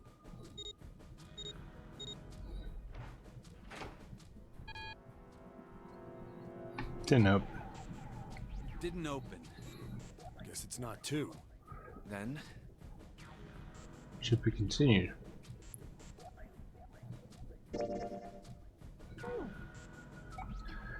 Five, 7 in the bracelet. That'd be 12. So that has to be let's 6. try me, 7, and the bracelet. If this combination works, then the number for this bracelet is 6.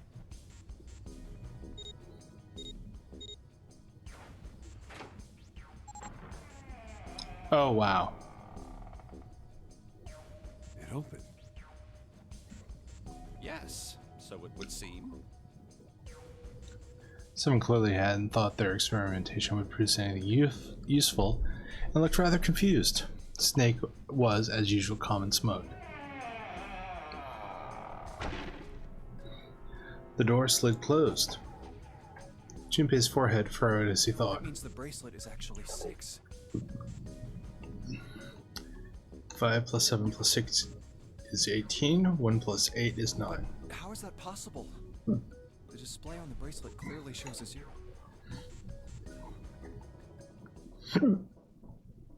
Suddenly, from somewhere beneath them, they heard the creaking groan of tearing metal. With it came the sound of water pouring into parts of the ship that had, until recently, been dry. Oh man, that's not good. I guess our time's just about up, huh? At any rate, we know now that the door can be opened. Let's go. But, Snake, are you sure? Yeah. You know that only Junpei and I can go through this way. You needn't worry. I have a solution to this problem. My last resort. But if now is not the time for last resorts, then when? Last? Resort?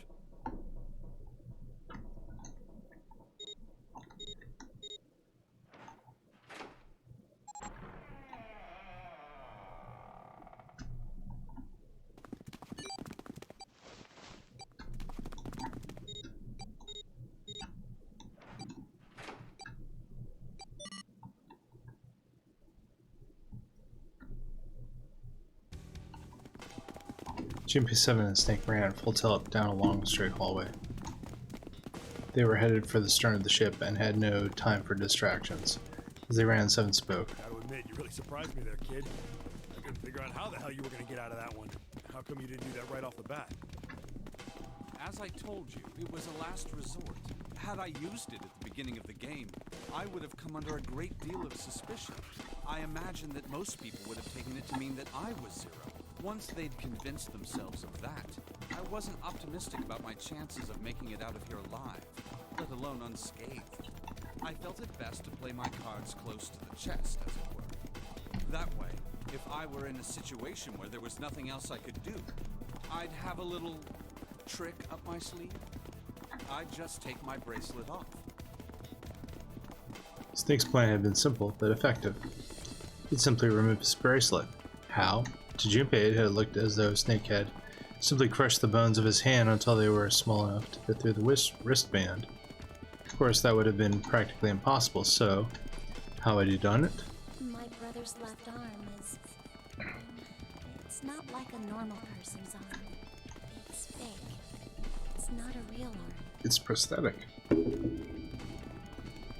Snake had slid the bracelet off, tossed it into the coffin. I know this is kind of a weird thing to say, but I'm glad that's a fake arm. You have to be afraid of the door if you don't got a bracelet. You are correct.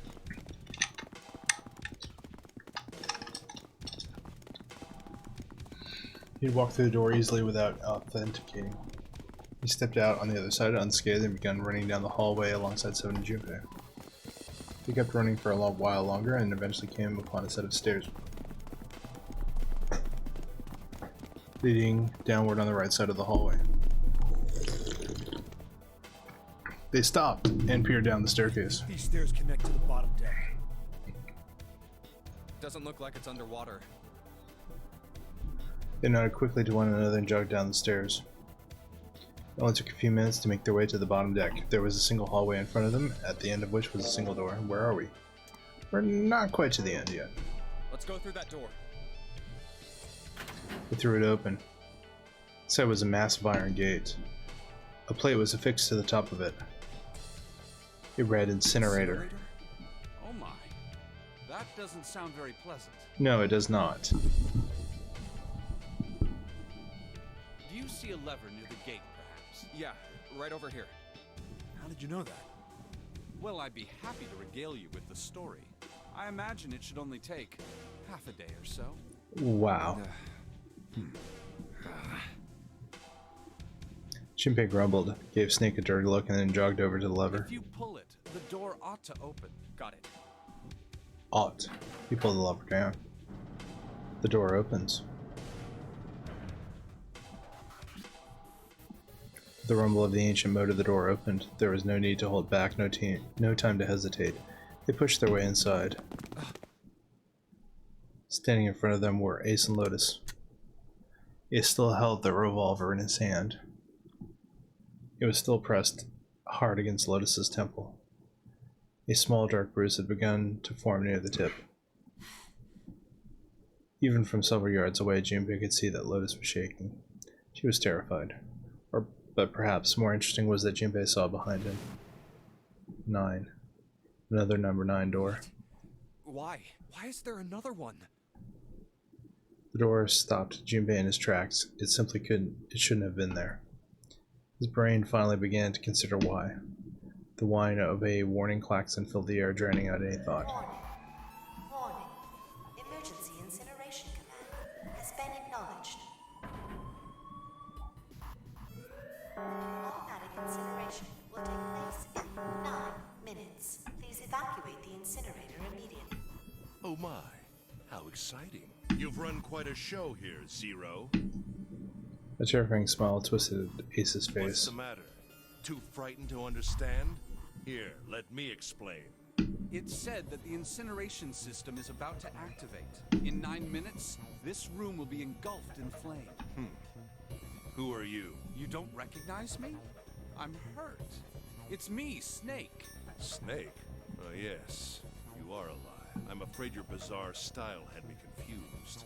I'm quite glad to see that you're alive. Ace's voice didn't change. Snake ground his If you teeth. don't mind my asking, how did you get here? Snake, Junpei 7. The three of you couldn't have opened a door with a knife. Did you use Clover's bracelet, perhaps? What? 2 plus 5 plus 7 plus 4, 18. 1 plus 8 equals 9. Well, your reaction suggests that you did not. Hold on. Why did you think we'd have Clover's bracelet? Junpei felt his chest tighten. They haven't told you? Told me what? Clearly not. Normally I would take some time and enjoy the moment.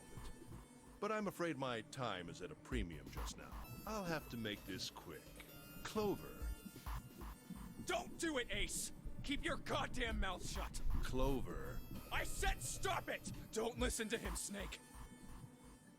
Junpei could feel his voice going hoarse, but Snake didn't What listen to him. happened to Clover? Ace looked at him. In the corner of his mouth curled into the hook of a cruel smile. Died. Color left Snake's face. He shook his head weakly. That's not true. That's impossible. It's a lie. It has to be a lie. Oh, it's quite true. I can assure you of that. I killed her myself, you see. What? I'm sorry, did I stutter? I killed her. Snake's face twisted into a mask of rage, mottled red, rising to dot his pale skin. His entire body shook. He looked to Junpei disturbingly like a demon. I would have rather she died with less suffering. A bullet in her brain, perhaps, would have been ideal. Unfortunately, that would have made quite a bit of noise. Circumstances being what they were, I was forced to settle for the knife. The one the 9th man, you remember. I believe I caught her just below the shoulder blade. I was rather lucky, in fact. My first thrust went right between her ribs. Her flesh was so soft. My knife slid in so easily. There was no resistance. That feeling was... I confess, I feel rather excited. It is a powerful memory. Someday, perhaps, I hope I can feel it again. Incineration will begin in 7 minutes. I'm going to kill you. Snake's words were guttural, growl, barely audible. What was that? I'll kill you. Ah, so So you're you're going to kill me. Please do. Come now. Don't do it! Don't listen to him, Snake! Stop it, kid. He's screwing with your head. Is there a problem? What are you waiting for, boy? Don't you want me to send you to join your sister? Don't! The Snake! Don't do it! Snake could no longer hear them. Snake could no longer hear anything. Snake moved like a bolt of lightning. His scream echoed through the incineration chamber, full of rage and despair. Snake!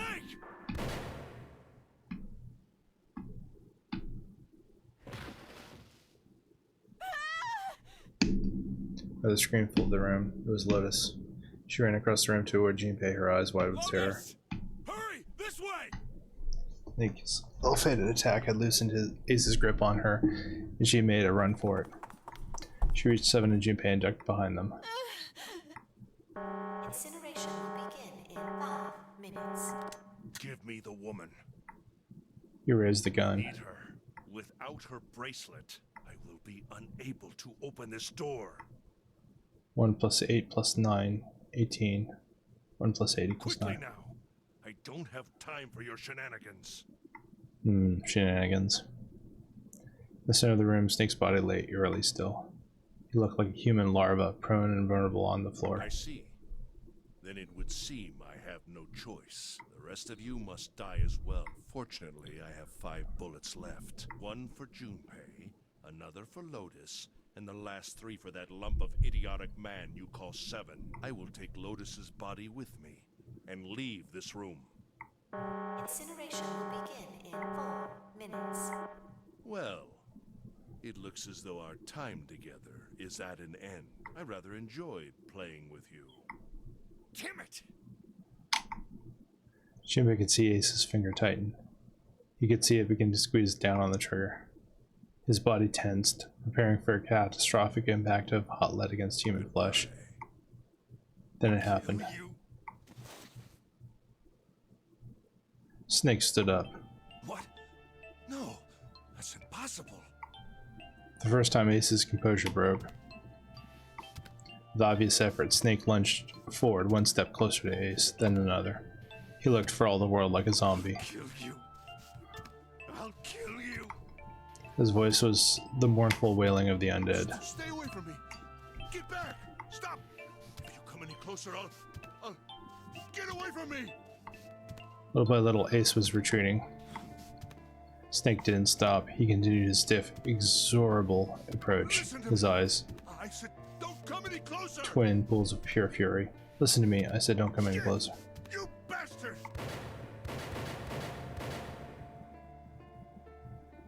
Ace's revolver leapt 5 times. 5 times in the air, the incinerator was split by the crack of a bullet. Snake's body twitched as 5 clouds of blood and torn flesh leapt into the air across his body. The fine pink mist drifted from his body and disappeared. Junpei didn't have time to ponder what that meant before.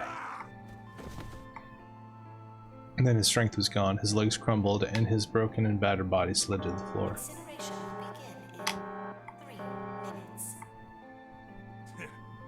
Finally, you're... But Snake wasn't done. I'll kill you. Even as the pool of blood beneath him grew, he began to move. He half crawled, half slid toward Ace. One bloody arm wrapped itself around Ace's leg, Won't get away.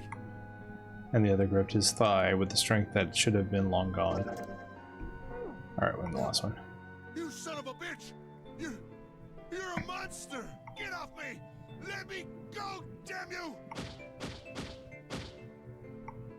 He kicked at Snake with his free leg, driving his foot into Snake's face, arm, and shoulder. It made no difference. Snake refused to release him. Once a snake has ensnared its prey, rarely does it release it. This is it, Ace. We're going to burn to death together. What? Incineration will begin in 2 minutes. 2 minutes. Yeah, damn it! Damn you! Get off! Let me go, you monster! Okay, look. Think about it this way. My company owns a wonderful hospital. It has excellent doctors. You're not wounded too seriously. I'm sure they can fix you up easily. Wow. You don't have to die. You could be saved. Just let me go. Wow. Pathetic. Begging for your... Then Seven and Lotus began to speak. Junpei could hear tears in their voices and their words restrained. That's enough. You can stop now. Yes! He's right, Snake. You've done enough! Come on, Snake. Let's go. Let's get out of here. You have to come with us. We have to leave together. Snake turned toward them. He coughed and blood splattered across the floor. Then he smiled, a sad sort of I smile. apologize, but I'm afraid I can't do that. You'd best forget about me. You need to leave soon. I'm going to take him With me. Shut up! Be quiet! I couldn't save Clover. My sister died because of me. Perhaps this will begin to atone for that. Perhaps in the afterlife, she can forgive me. Now go. Go. You have to go. Incineration will begin in 1 minute. Oh boy. God damn it! Shit! We're out of time. We gotta go. Seven ran toward the exit. Lotus followed him, but Junpei couldn't move.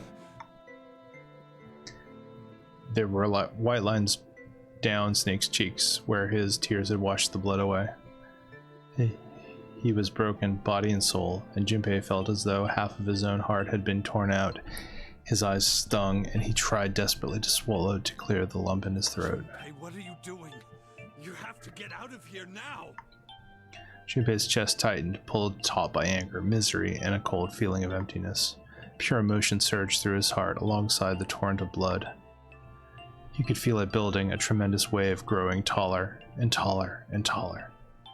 And then it broke, crashing down with thunderous force onto his shaken, unprepared mind. Snake! Feels very Metal Gear Solid. Junpei's rational mind was gone. He was driven by instinct now, and he launched himself across the floor at Snake and Ace. Or he tried to. Wait! Don't be an idiot, Junpei! He felt a hand grab him from behind. It was Seven. Before he had time to react, the larger man had pinned Junpei's arms to his sides and was hauling him bodily back toward the door. No! I have to help Snake! Snake! Snake! Get off of me! Let me go! Incineration will begin in 10 seconds. 7, 6. Damn it, I don't get a choice, kid! Don't blame me for this, alright? 5, 4, 3, 2, 1, 0.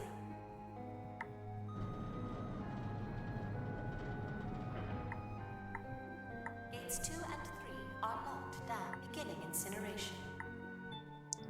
Junpei felt Seven's fist buried deep within his stomach, and then his legs turned to mush. Seven scooped him up in the same motion and leapt through the door. It slammed shut behind them. Junpei struggled to shaky feet. He glanced over to see Lotus only a short distance away. Junpei ran to the door. There was a small window cut into it. Inside he could see Ace and Snake. Shit! Damn you all! Why? Why? Why me? I don't deserve this! Hesame! Hesame! Why? Why? Zero! Zero!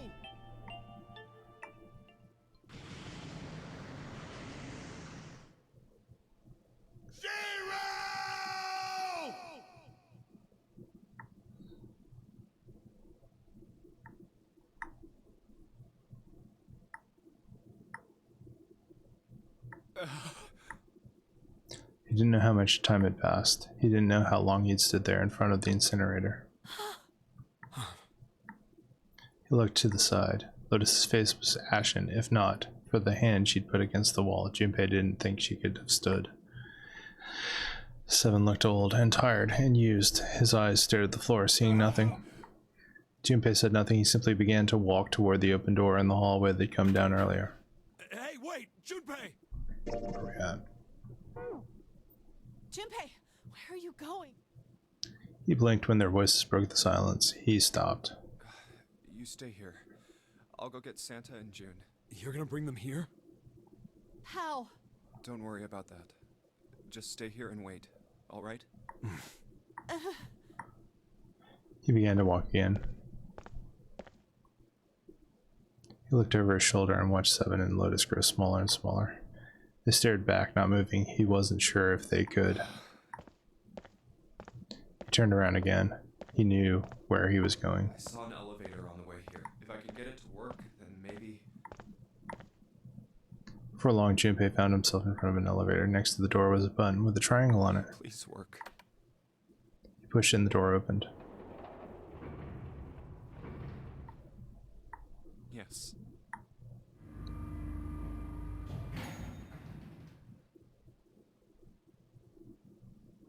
Junpei was in the large hospital room. June! Santa! He kept calling and walked to the center of the room. But try as he might, he couldn't find them. Where did they go? Increasingly frustrated, increasingly worried, Junpei left the large hospital room. He had no choice. He would have to look for them. Junpei's heart was heavy. He couldn't shake the feeling, but there was a part of him that felt it would be wrong, too, even if he could. With every step he took, his legs felt more and more like lead.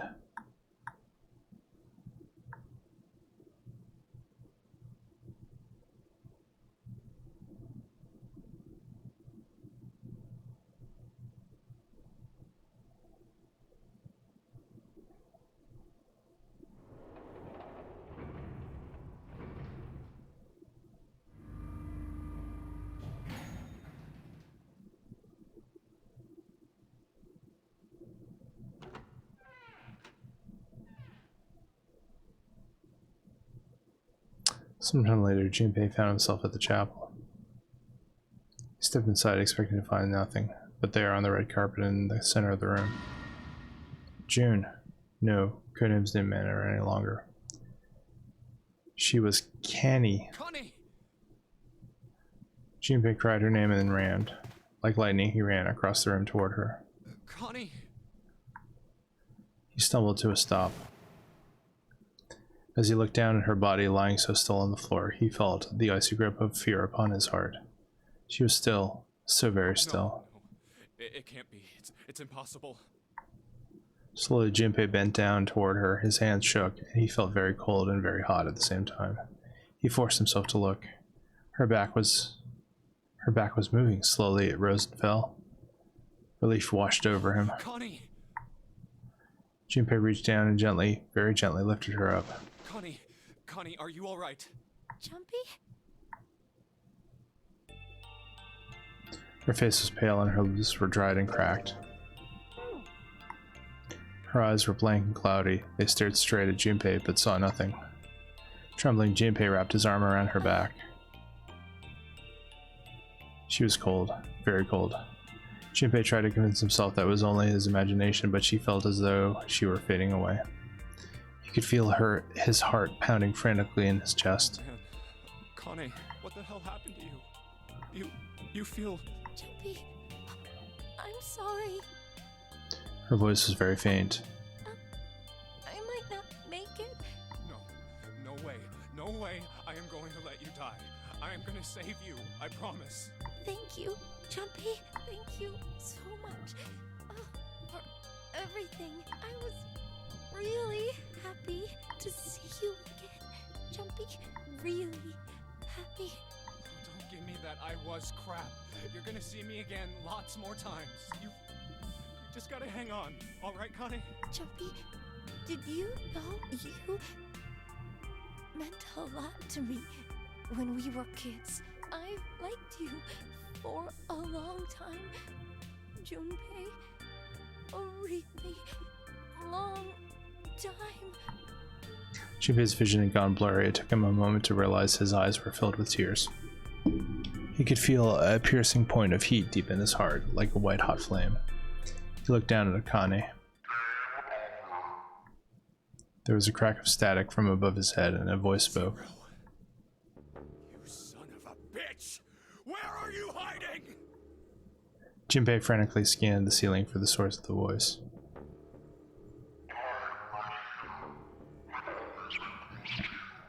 What the hell are you talking about?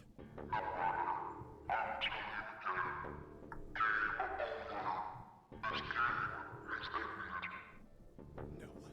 No, it hasn't. I'm not gonna let it end yet. I'm gonna get out of here with Kane. Why? The wrong path?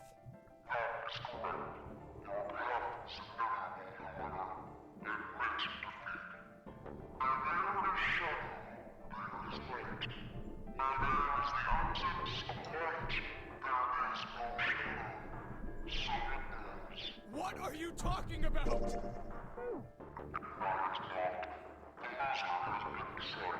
I told you! I am not gonna lose!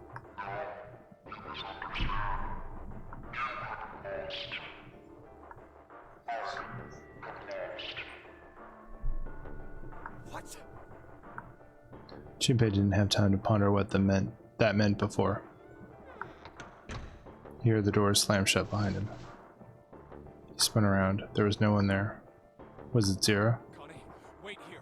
I'll be right back, I promise. She managed a single nod. Junpei laid her back down gently and left for the door. He yanked it open and shot outside. No one. The hall was empty. There was nothing moving anywhere. Where are you?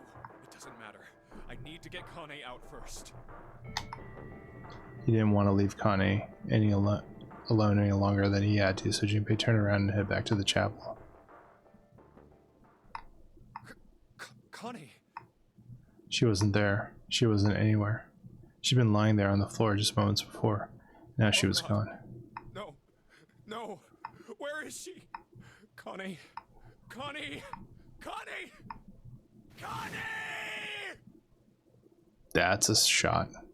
His cry split the heavens themselves. Well, that's dramatic. He screamed until his voice gave out. Then he screamed some more. There was nothing. No answer. His voice faded away and all that remained was cold, unfeeling silence. That was when he noticed it. Huh? A strange smell, one he'd smelled before. This is... white smoke. 9 seconds later, Junpei's mind winked out.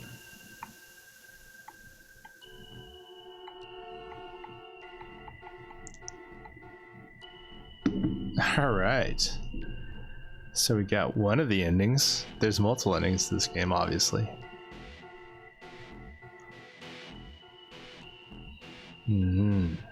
Japanese voice cast. That's a lot of names for as many characters as we have.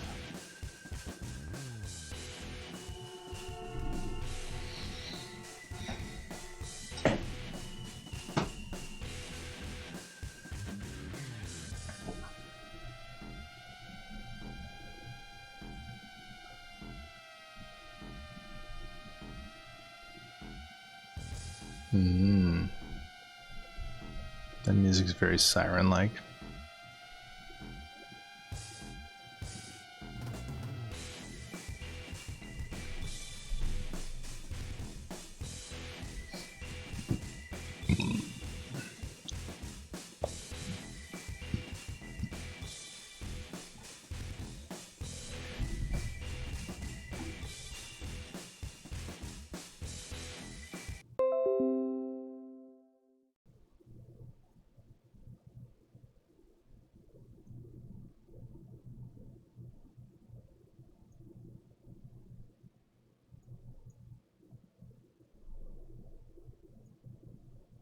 Wait, what just happened? Did the game crash? That is terrible, if that actually did happen. Wait, I just got one of the endings. Did the game crash? The stream hasn't crashed. I'm still recording audio. Shit. Okay, I'm gonna stop it here. I think I got one of the endings of the game. If that didn't register and I have to save it off stream, I'll save it off stream. That sucks. Okay, alright, I got the ending. Or an ending. I'll get it again, save, and then we'll be back to it. Alright. Letting it go for now. Wait, hold on. Yeah, no, it's dead. Stopping the stream now.